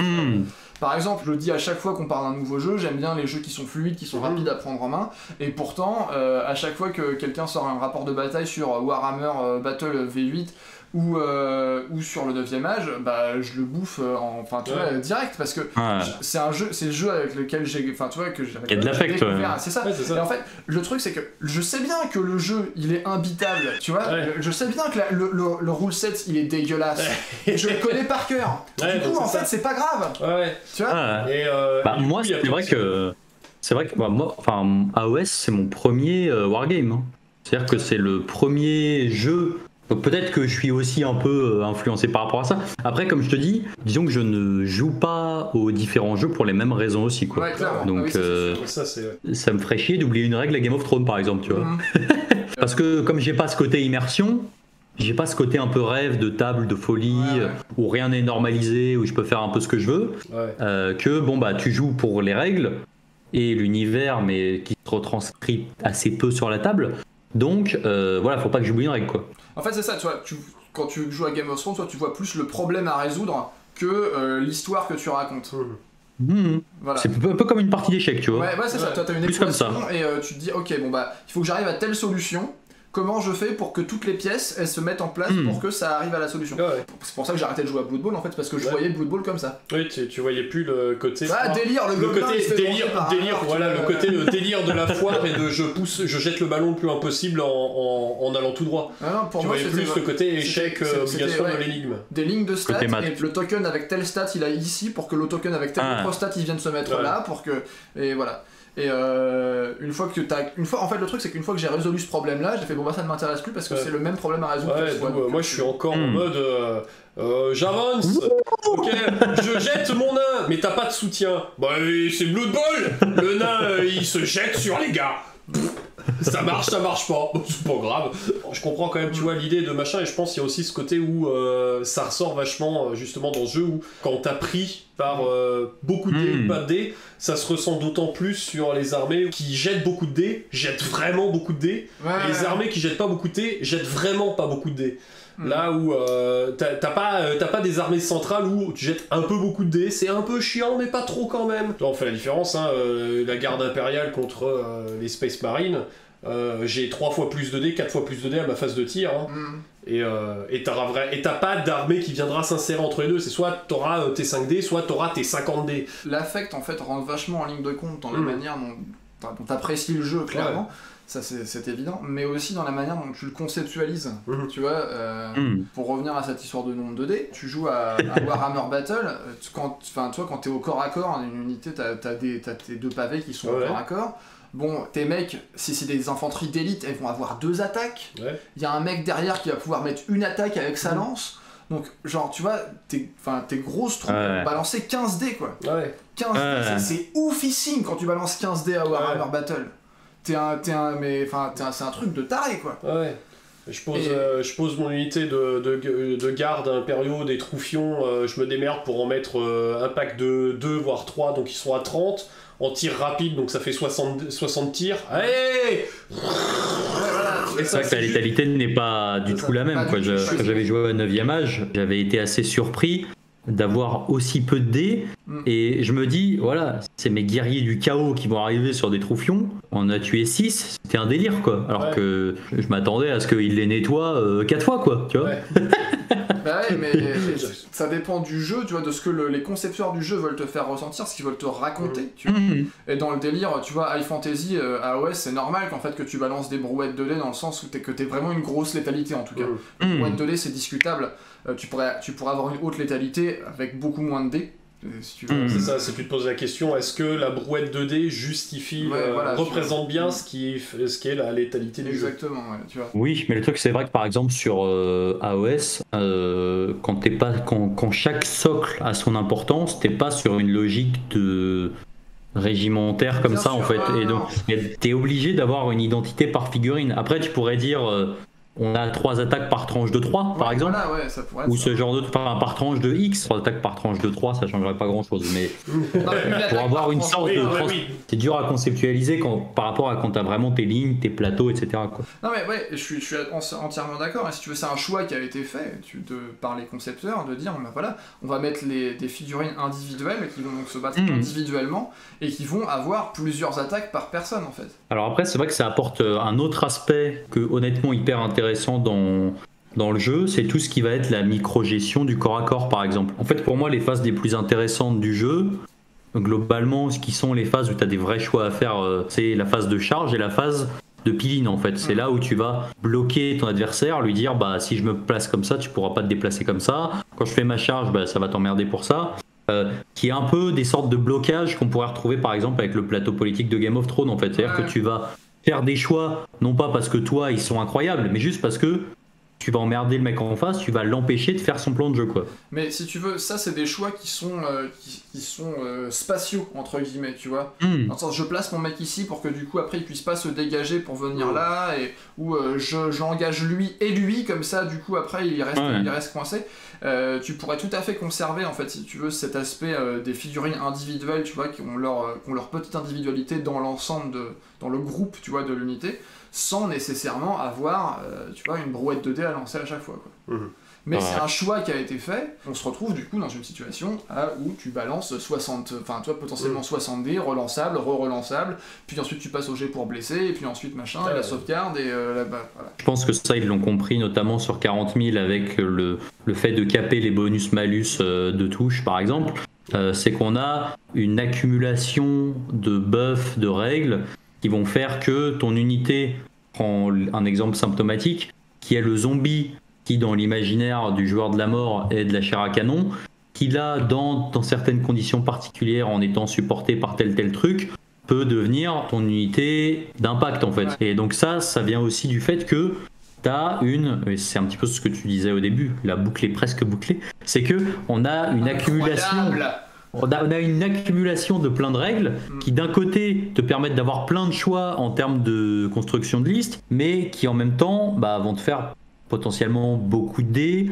Enfin, je veux dire, tes zombies peuvent passer à je sais pas combien d'attaques, ils vont avoir des effets particuliers sur des 6. En fin de phase, où ils vont sur un 2+, ils vont revenir, ils vont avoir plein de buffs. Tu vas te retrouver à les activer 2 fois. Et donc du coup, effectivement, tu vas avoir un truc qui va être fort parce que beaucoup de règles accumulées. Et qui va, on va dire, typiquement amener ce que toi t'aimes pas. Il y a un côté, comment on dit, il y a un côté bric-à-brac dans le sens où j'ai ma règle, et puis ensuite je rajoute un truc, et puis un autre truc par-dessus, puis un troisième truc, et puis je vais mettre un truc comme ça sur le côté. Mais t'aimes pas les Lego. Mais il y a un peu ça en fait, il y a un truc Lego qui fait que, mais qui est pas harmonieux en fait, tu vois, du coup, dans le sens où, tu vois, c'est pas élégant de la manière dont c'est présenté. Je dis pas que il faut pas que ce soit possible, c'est juste le constat que moi je fais. Je me retrouve avec des situations qui sont assez lourdes en fait, mine de rien. C'est vrai que c'est un constat, c'est que globalement les règles de base sont très faciles et on va dire la complexité entre guillemets du jeu vient de beaucoup d'accumulation de règles particulières et quasiment uniques à certains profils en fait. J'avoue que moi c'est quelque chose que j'apprécie parce que vu que je ponce beaucoup les bouquins, beaucoup les livres, beaucoup les trucs, en fait, du coup, j'ai l'impression d'avoir. Je sais que si je prends telle unité et c'est un truc qui va être unique dans le jeu, je vais pouvoir faire un truc qu'aucun autre BT va pouvoir faire, tu vois. Et si je prends telle combinaison et que je ramène ce mec-là en allié, je vais avoir une synergie qui va être intéressante. Alors qu'entre guillemets, si tout était harmonisé, en fait, je vais être caricatural, mais tu pourrais limite proxy tout. Et puis au final ça serait juste du visuel, tu vois. Ouais. Toi, cette connaissance que tu as accumulée du jeu, tu ressens quand le jeu te dit du coup tu peux faire ça et ça et ça, et en fait personne d'autre ne va le voir parce que toi en fait tu connais le truc. Toi c'est assez C'est gratifiant comme sentiment, c'est gratifiant, exactement, c'est ce qu'on peut chercher. Idéalement, et c'est je pense, ça devrait être le but du jeu de chaque game designer, c'est de faire un jeu qui soit gratifiant à la fois pour les gros joueurs et pour les joueurs qui sont un peu casus et qui font ah bah je vais faire 3 parties comme ça, machin. Et force est de constater que AOS n'est pas gratifiant pour tout le monde. Ouais. C'est comme ça que... en tout cas, il pourrait l'être plus pour les gens comme moi. Ouais. C'est comme ça que je le ressens. C'est pas que c'est désagréable. Age of Sigmar, plus pour Vunx. Age of Vuxar. Age of Vuxar. Moins pour la vague. Avec moins de dés. Avec moins de dés, donc moins de Bentech. Donc on va voir, peut-être que la V3 va nous apporter... Déjà, il y a pas mal, honnêtement, il y a pas mal de points qu'on a abordés. En tout cas, de ce qui est promis, ou du moins annoncé, vont être des choses qui vont être travaillées en V3. Donc déjà, la bonne nouvelle, c'est qu'ils ont au moins conscience de certains défauts du jeu. Après, bah, on va voir dans 2-3 mois. C'est ça. Un petit dernier point, on avait commencé à parler de scénar, je vois l'heure. Oui, est-ce qu'on va pas... Oui. Je me dis, allez, je vois l'heure. Avant mes petits points du haut de la page... Avant les 18 points Avant mes 18 000 points, mais c'était les points que je fais rapidement pour faire... Avant d'entamer la deuxième partie du coup. C'est ça. Sur le scénar, bah en fait, ce qu'il faut voir, c'est qu'ils ont annoncé officiellement qu'on allait repasser sur des tables type 40K qui vont de facto nerfer le tir à longue portée, on va dire. Donc donner potentiellement un second souffle à des armées qui seraient de base plus lentes, mais qui vont se retrouver plus vite, soit près des objectifs. Voilà. Je pense qu'un des trucs quasiment inéluctables, c'est le fait que j'ai du mal à voir des objectifs qui vont rester aussi gros sur des stables qui ont perdu sur toutes les dimensions. 12 pouces de diamètre, c'est beaucoup. C'est un gros avantage pour les hordes, tout simplement. Enfin, tu vois, tu poses un pavé de 60 gobelins, ils sont tous sur l'objectif. Ouais. Et bah pour les enlever de là, mon gars, bon courage. Alors que t'as plus la place. Alors que si l'objectif fait que 3 pas de diamètre, en fait, mine de rien, c'est moins de la moitié en fait en termes de surface. Du coup il y a moins de gobelins, du coup il faut en enlever moins pour que tu puisses mettre des mecs à toi, clairement. Non, c'est clair. Et donc du coup je pense qu'un truc qui serait intéressant vis-à-vis des scénarios et globalement vis-à-vis de la prise d'objectifs, aujourd'hui on prend les objectifs au nombre de figurines. Donc il y a des armées en V, avant d'avoir leur Battle Tome par exemple, je prends les Ogre Tribe, la partie Beast Claw, donc les énormes tons, comptaient sur les objectifs. Donc en fait, le mec, typiquement Archaon, aujourd'hui encore, peut se faire voler un objectif par 2 skinks. Disons, à minima, que ça ne pousse pas. T'as le mec qui est sur son dragon et il fait c'est moi, j'ai récupéré le truc. Qu'est-ce que c'est que ces 2 Groot là? Et là t'as une voix divine. Les Groot gagnent. Quoi? Mais c'est dégueulasse! Je prends 90% de l'espace du truc! Oui mais nous on est 2! Ouais. T'as un nain avec des petites lunettes et un gros parchemin qui fait alors techniquement monsieur Archaon les skins ont l'avantage parce qu'ils sont 2 brûler les règles ça, c'est la voix de monsieur Archaon. Ça c'est la voix de vos rapports de bataille Blood Bowl, ça je reconnais ça. Pas du tout. C'est faux. Absolument pas. Donc voilà, globalement je pense qu'il serait intéressant de remettre un petit peu des mécaniques de prise d'objectif parce qu'aujourd'hui par exemple la cavalerie a du mal à trouver sa place parce que ils n'ont pas l'avantage du nombre, et vu qu'il y a beaucoup de TP, ils n'ont pas non plus l'avantage de la projection en fait. Ouais. Et puis faire du surplace pour de la cavalerie, en fait, t'as perdu l'intérêt de la cavalerie qui est de bouger très vite, très loin en fait. Bon, le seul avantage qu'ils ont, c'est que eux, une fois qu'ils se sont déplacés, c'est pas de bêtises, c'est ça, ils peuvent se mettre à moins de 9 avant de charger, là où une TP par exemple, ils vont être bloqués à 9 avant de tenter leur charge. Globalement, je pense que ce serait intéressant de faire en sorte que ça soit moins la horde qui soit la grande gagnante de ce genre de choses. Ça peut passer par les règles qu'ils ont fait sur les ogres de dire on compte pour 10 sur un objectif, peut-être avoir éventuellement une notion à la limite de priorité.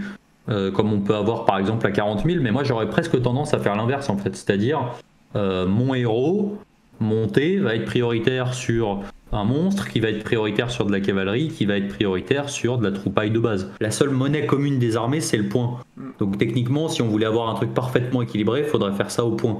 Dans les faits, si déjà t'aimes pas les relances, je te laisse imaginer que quand tu vas compter les points sur les objectifs d'un mec qui a perdu la moitié plus 1 de ses PV. Allez. déjà ça m'énerve, rien que d'entendre le truc ça m'énerve. Ok, je me casse. Ça me trigger. T'as la veine qui commence à... Une des bonnes surprises, c'est qu'ils ont annoncé dans la reveal que ils allaient donner des règles particulières pour les monstres sur tout ce qui est charge. Donc en fait, peut-être un écho à ce qui était à l'époque les charges de cavalerie. Ils peuvent prendre un gobelin pour le balancer dans le mur, ils peuvent écraser, ils peuvent tenter de croquer ou ce genre de choses. Sur les scénars, il y avait le côté où c'est vrai que ça manquait de diversité sur les types d'objectifs. La majorité, c'est du objectif à tenir. Il y a clairement moyen d'avoir plus de diversité que simplement tenir de l'objectif. Ils ont mis plein de trucs, mais tous ces trucs mis en place tout le temps pour réaliser la même chose qui est tenir je m'assois sur le point central. Et c'était dommage que ça manque de ok, j'envoie tant de gens de l'autre côté, on se met sur le point central et ça déverrouille d'autres trucs. Il faut pousser les personnes dans une moitié, genre tu vois, une mêlée où il faut pousser les uns. Et ce qui serait pas mal, c'est qu'il y ait plus de diversité de scénar. C'est bon, on sait quel décorum marche, maintenant ça serait bien de remettre d'autres objectifs dans ce décorum, parce que c'est vrai que là, c'est sympa, mais je crois que les 3 dernières parties qu'on a fait, c'est prendre la même, c'est 3 fois la même, c'est juste que nous on arrive d'autres endroits avec d'autres façons. Quand tu veux raconter une histoire, en plus justement, si tu veux avoir un petit peu de jouer un petit peu l'imagination, c'est quand même dommage que qu'est-ce qu'on va faire aujourd'hui, chef? Eh bien on va aller là-bas et s'asseoir sur la montagne au centre. Ça fait 4 ans qu'on fait ça, chef. Vous voulez pas qu'on fasse quelque chose? Genre, je sais pas, on va... J'ai dit, on va sur la montagne et on s'assoit. Mais vous savez qu'ils ont des trucs... On s'assoit. Mais on pourrait leur voler... On s'assoit, ta gueule. Et assassiner assieds-toi. On pourrait capturer leurs mecs, leurs prêtres, on préfère des... Non, on s'assoit. Je suis un putain de feignant. Où veux-tu qu'on s'assoie si on capture le sorcier? Pourquoi pas aller sur du générateur de scénar, parce que ça existe pas mal maintenant sur beaucoup d'autres jeux, mais pour ça, il faut vraiment qu'ils agrandissent un peu plus le panel d'objectifs à réaliser. À part dans les tomes spéciaux, genre voilà, il y a une campagne dans le truc. Bah ouais, mais tout le monde joue pas une campagne. Se prendre et tenir, de base, de facto, tu mets en avant les armées à grosse horde, puisque prendre et tenir, c'est plus facile avec plein de gens dessus. C'est sûr. Alors que dire, ok, il faut traverser puis revenir, c'est beaucoup plus difficile de faire traverser une horde toute la table et la faire revenir que faire traverser 5 cavaliers. C'est vrai.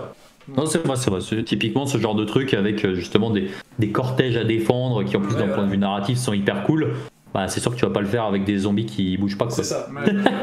Toi, t'as encore des petits points. Non, moi j'ai les points de râlage finaux pour la fin de la vidéo en mode. Tu les feras tout seul à la fin, tout ça. Non, mais si tout le monde. Tu vois, nos trucs, genre. Tu fais un truc. Il dit maintenant on râle, il se met au milieu et nous on se casse. Non mais tu vois, c'est le truc genre le râlage, tu vois, le premier point, il est marqué en gros, c'est le prix. Putain, Games Workshop c'est toujours trop cher et la logique de prix des figurines, c'est toujours du foutage de gueule. Voilà, on va encore se faire taper dessus, mais je continue, ça serait bien qu'en V3, quand vous sortiez des boîtes, il y ait une certaine logique de prix dans vos trucs, qu'une boîte de 16 figurines, ça coûte pas aussi cher qu'une boîte de 1 mec. Oui, ça d'accord, oui. Oui, mais tu te fous de ma gueule. Mais les gens sont prêts à l'acheter pour ce prix-là. Du coup, on la vend à ce prix-là. Voilà, la logique des boîtes. Arrêtez de faire des boîtes où c'est pas complet. Pourquoi mes dryades, quand j'en achète, j'en ai 16? Bordel! Ça joue 10, 20, 30!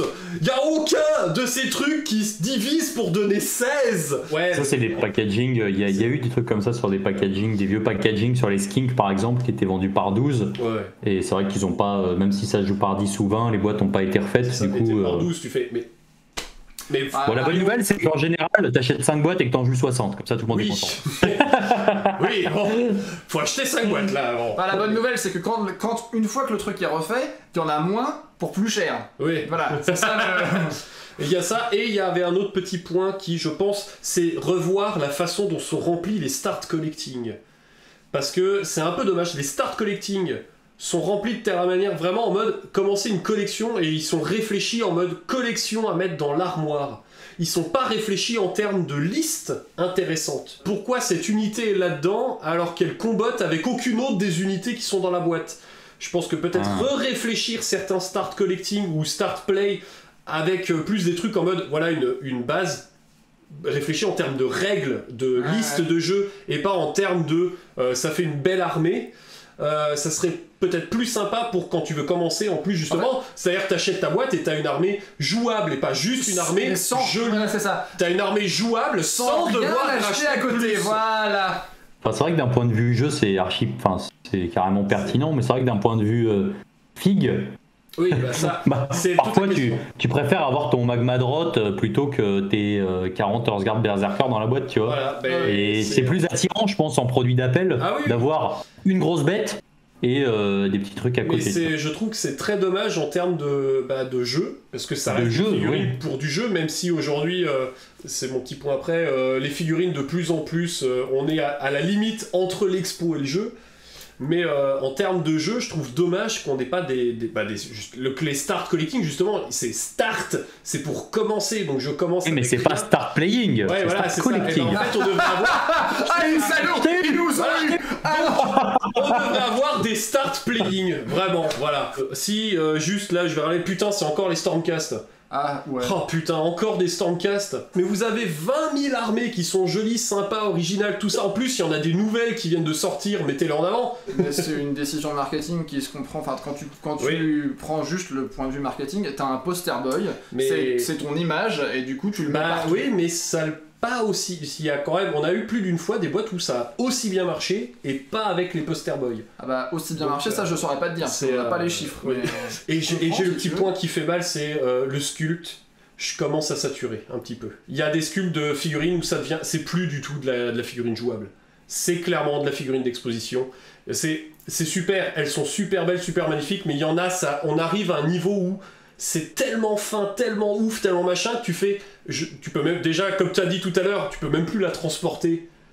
Elle est intransportable parce que t'as des trucs dans tous les sens, des machins, des bidules, toi les décors, machin, mais je vois à l'Ariel un jour je l'achèterai. Mais comment tu veux que je transporte ce truc énorme comme ça avec le beetle, la nana, les ailes, les machins, c'est le truc à la péter.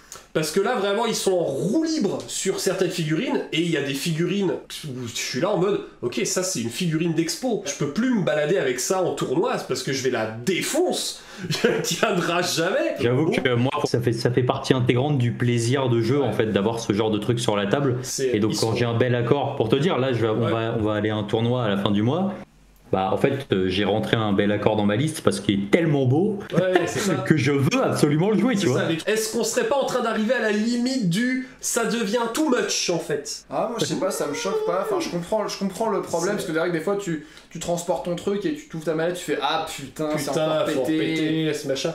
C'est non mais c'est sympa, mais je sais pas s'il y a pas un emballement du côté des mecs en mode putain on peut sculpter tout l'univers, des trucs de ouf. Et ce moment où est-ce qu'il y a quand même ce petit point de question de à quel moment tu te dis ok là j'ai fait un truc de ouf, c'est injouable parce que même les mecs quand ils vont l'attraper la figurine ils vont se blesser avec, tu vois. Du coup c'est vrai que moi je suis plutôt peintre avant d'être joueur. Ouais. Et pour le coup, je suis plus joueur avant d'être peintre, moi. Voilà. Du coup, c'est peut-être pour ça que ça me fait trop plaisir d'avoir des figues de ouf, quoi. Mais voilà, je suis pas pour qu'on revienne en arrière non plus, mais je pense qu'il y a des moments où on se devrait se dire, est-ce que là, ça vaut le coup qu'on se fasse chier à faire une figurine aussi pétée pour ce que c'est. Si tu veux, il y a aussi la manière dont tu conceptualises la partie, enfin tu vois, l'acte de jouer, tu vois. Oui, c'est ça aussi. Tout simplement, est-ce que tu vois, t'as envie d'avoir une bière sur la table et puis des cacahuètes, ou est-ce que tu vois, c'est un truc plus. Tu vois, où tu fais vraiment gaffe et tout. Ouais. Toi, il y a différentes manières d'envisager cet acte. Là, tu vois, c'est le genre de truc où, autant, tu vois, moi, mes Sylvanettes, ça va, parce que c'est des tas de branches. Les Stormcast, tu vois, ça va. Tes fantômes, ça commence à aller, mais je pense que le jour où on fait, sans faire exprès, renverser ta Reine des Roses, ta Reine des Roses, on la pousse un petit peu, même, tu vois, même sympathiquement, elle tombe sur le côté, les roses volent en éclats, ça casse les couilles la 5e fois, quoi. Ouais, mais c'est pas méchant, elle est magnifique, mais du coup... Plus on avance, plus ça devient difficile d'avoir des figurines où je pense qui sont moins fragiles en fait. Ouais, je comprends. J'aurais peur de la poser sur la table, tu vois, la figue. J'aurais peur parce que je sais comment moi je tiens mes figues et que bah, je suis quelqu'un qui est un humain qui peut être maladroit et qui va faire. Ouais, comme c'est jamais arrivé. Comme c'est jamais arrivé. Jamais arrivé. Voilà, donc c'est. Là, faudrait qu'il y ait un cut avec toutes les fois où on a fait tomber des trucs de la table. Bling, bling, bling. Merde. Vous feriez pas votre intro à tenir les figues comme ça avec les Night Haunt, quoi. Ouais, voilà, c'est ça. Voilà. Clairement, l'intro où on a pris le boc et qu'on a renversé sur la table des figues en masse. On fait jamais avec les Game Workshop d'aujourd'hui. Alors, on va doucement s'approcher de la conclusion. Ok, alors. Deuxième partie. Alors moi du coup j'ai préparé pas mal de points à aborder pour cette vidéo. Alors t'as le tableau qui est derrière qui se déroule là. On commence par quoi? Quoi Games Workshop, c'est des méchants. Est-ce que tu peux nous dire aux gens de s'abonner à notre chaîne? Enfin, fais notre promo. Il va faire la sienne, tu crois quoi? C'est la jungle YouTube, Vux. C'est la jungle. Et j'ai fait la sienne au début de la vidéo. C'est vrai. C'est vrai. Alors du coup je vous demande solennellement, et je vous regarde dans le blanc des yeux, de vous abonner à cette chaîne sur laquelle vous êtes déjà abonné puisque vous êtes en train de voir cette vidéo. Damn it. Non mais voilà, en tout cas merci, ça m'a fait super plaisir qu'on puisse discuter de ça et confronter un peu nos points de vue de on va dire de consommation du jeu qui ont pas grand chose à voir au final. On se retrouve. Bah, c'est ça, c'est que c'est multiple, hein. Il y a autant d'avis que de gens qui jouent, hein. Il y a des trucs sur lesquels on se retrouve, d'autres sur lesquels on se retrouve pas. Il y a des trucs sur lesquels on se retrouve, mais pas pour les mêmes raisons en fait. Et ça, je trouve ça intéressant en fait. Tu vois. Donc, si la vidéo vous a plu, merci d'être resté jusqu'au bout parce que c'était long. Hein. Non, pas plus que quand on fait des blablas avec les autres gens, 2-3 heures. Mais c'était quand même long. Oui. C'est pas parce que c'est moins long que. Ouais, c'est toujours long. C'est déjà ça, c'est que c'est toujours long. Si ça vous plaît, les petits pouces en l'air, les petits commentaires pour nous dire si vous aussi vous avez des attentes par rapport à cette V3. Si vous vous en foutez royalement, je sais pas ce que vous faites ici. Non, mais c'est intéressant. S'ils s'en foutent royalement, c'est quand même voir ce que fait un peu les autres. Ouais, 2h30 de je m'en fous royalement de ce jeu. Ouais, mais pendant ce temps-là, ils ont pas leur figue, ils le disent à chaque fois. C'est l'excuse bidon pour peindre leur figue, c'est de mettre la vidéo. Donc pour une fois, qu'on les force à peindre longtemps pour finir leurs unités, voilà. Hein. Donc, bonne peinture, j'espère que vous avez bien peint. Il y a Utip, il y a notre boutique et il y a le lien affilié Philibert pour ceux qui veulent nous soutenir. D'ailleurs, merci à ceux qui le font. Parce que il y en a aussi chez le Squig aussi. Et vous avez également des pulls ainsi que des vêtements et tout, magnifiques pulls, t-shirts de la chaîne Ta Gueule en Joue. Regardez, ils sont achetables, ils sont magnifiques, ils sont noirs d'un côté et avec notre tronche de l'autre. Incroyable.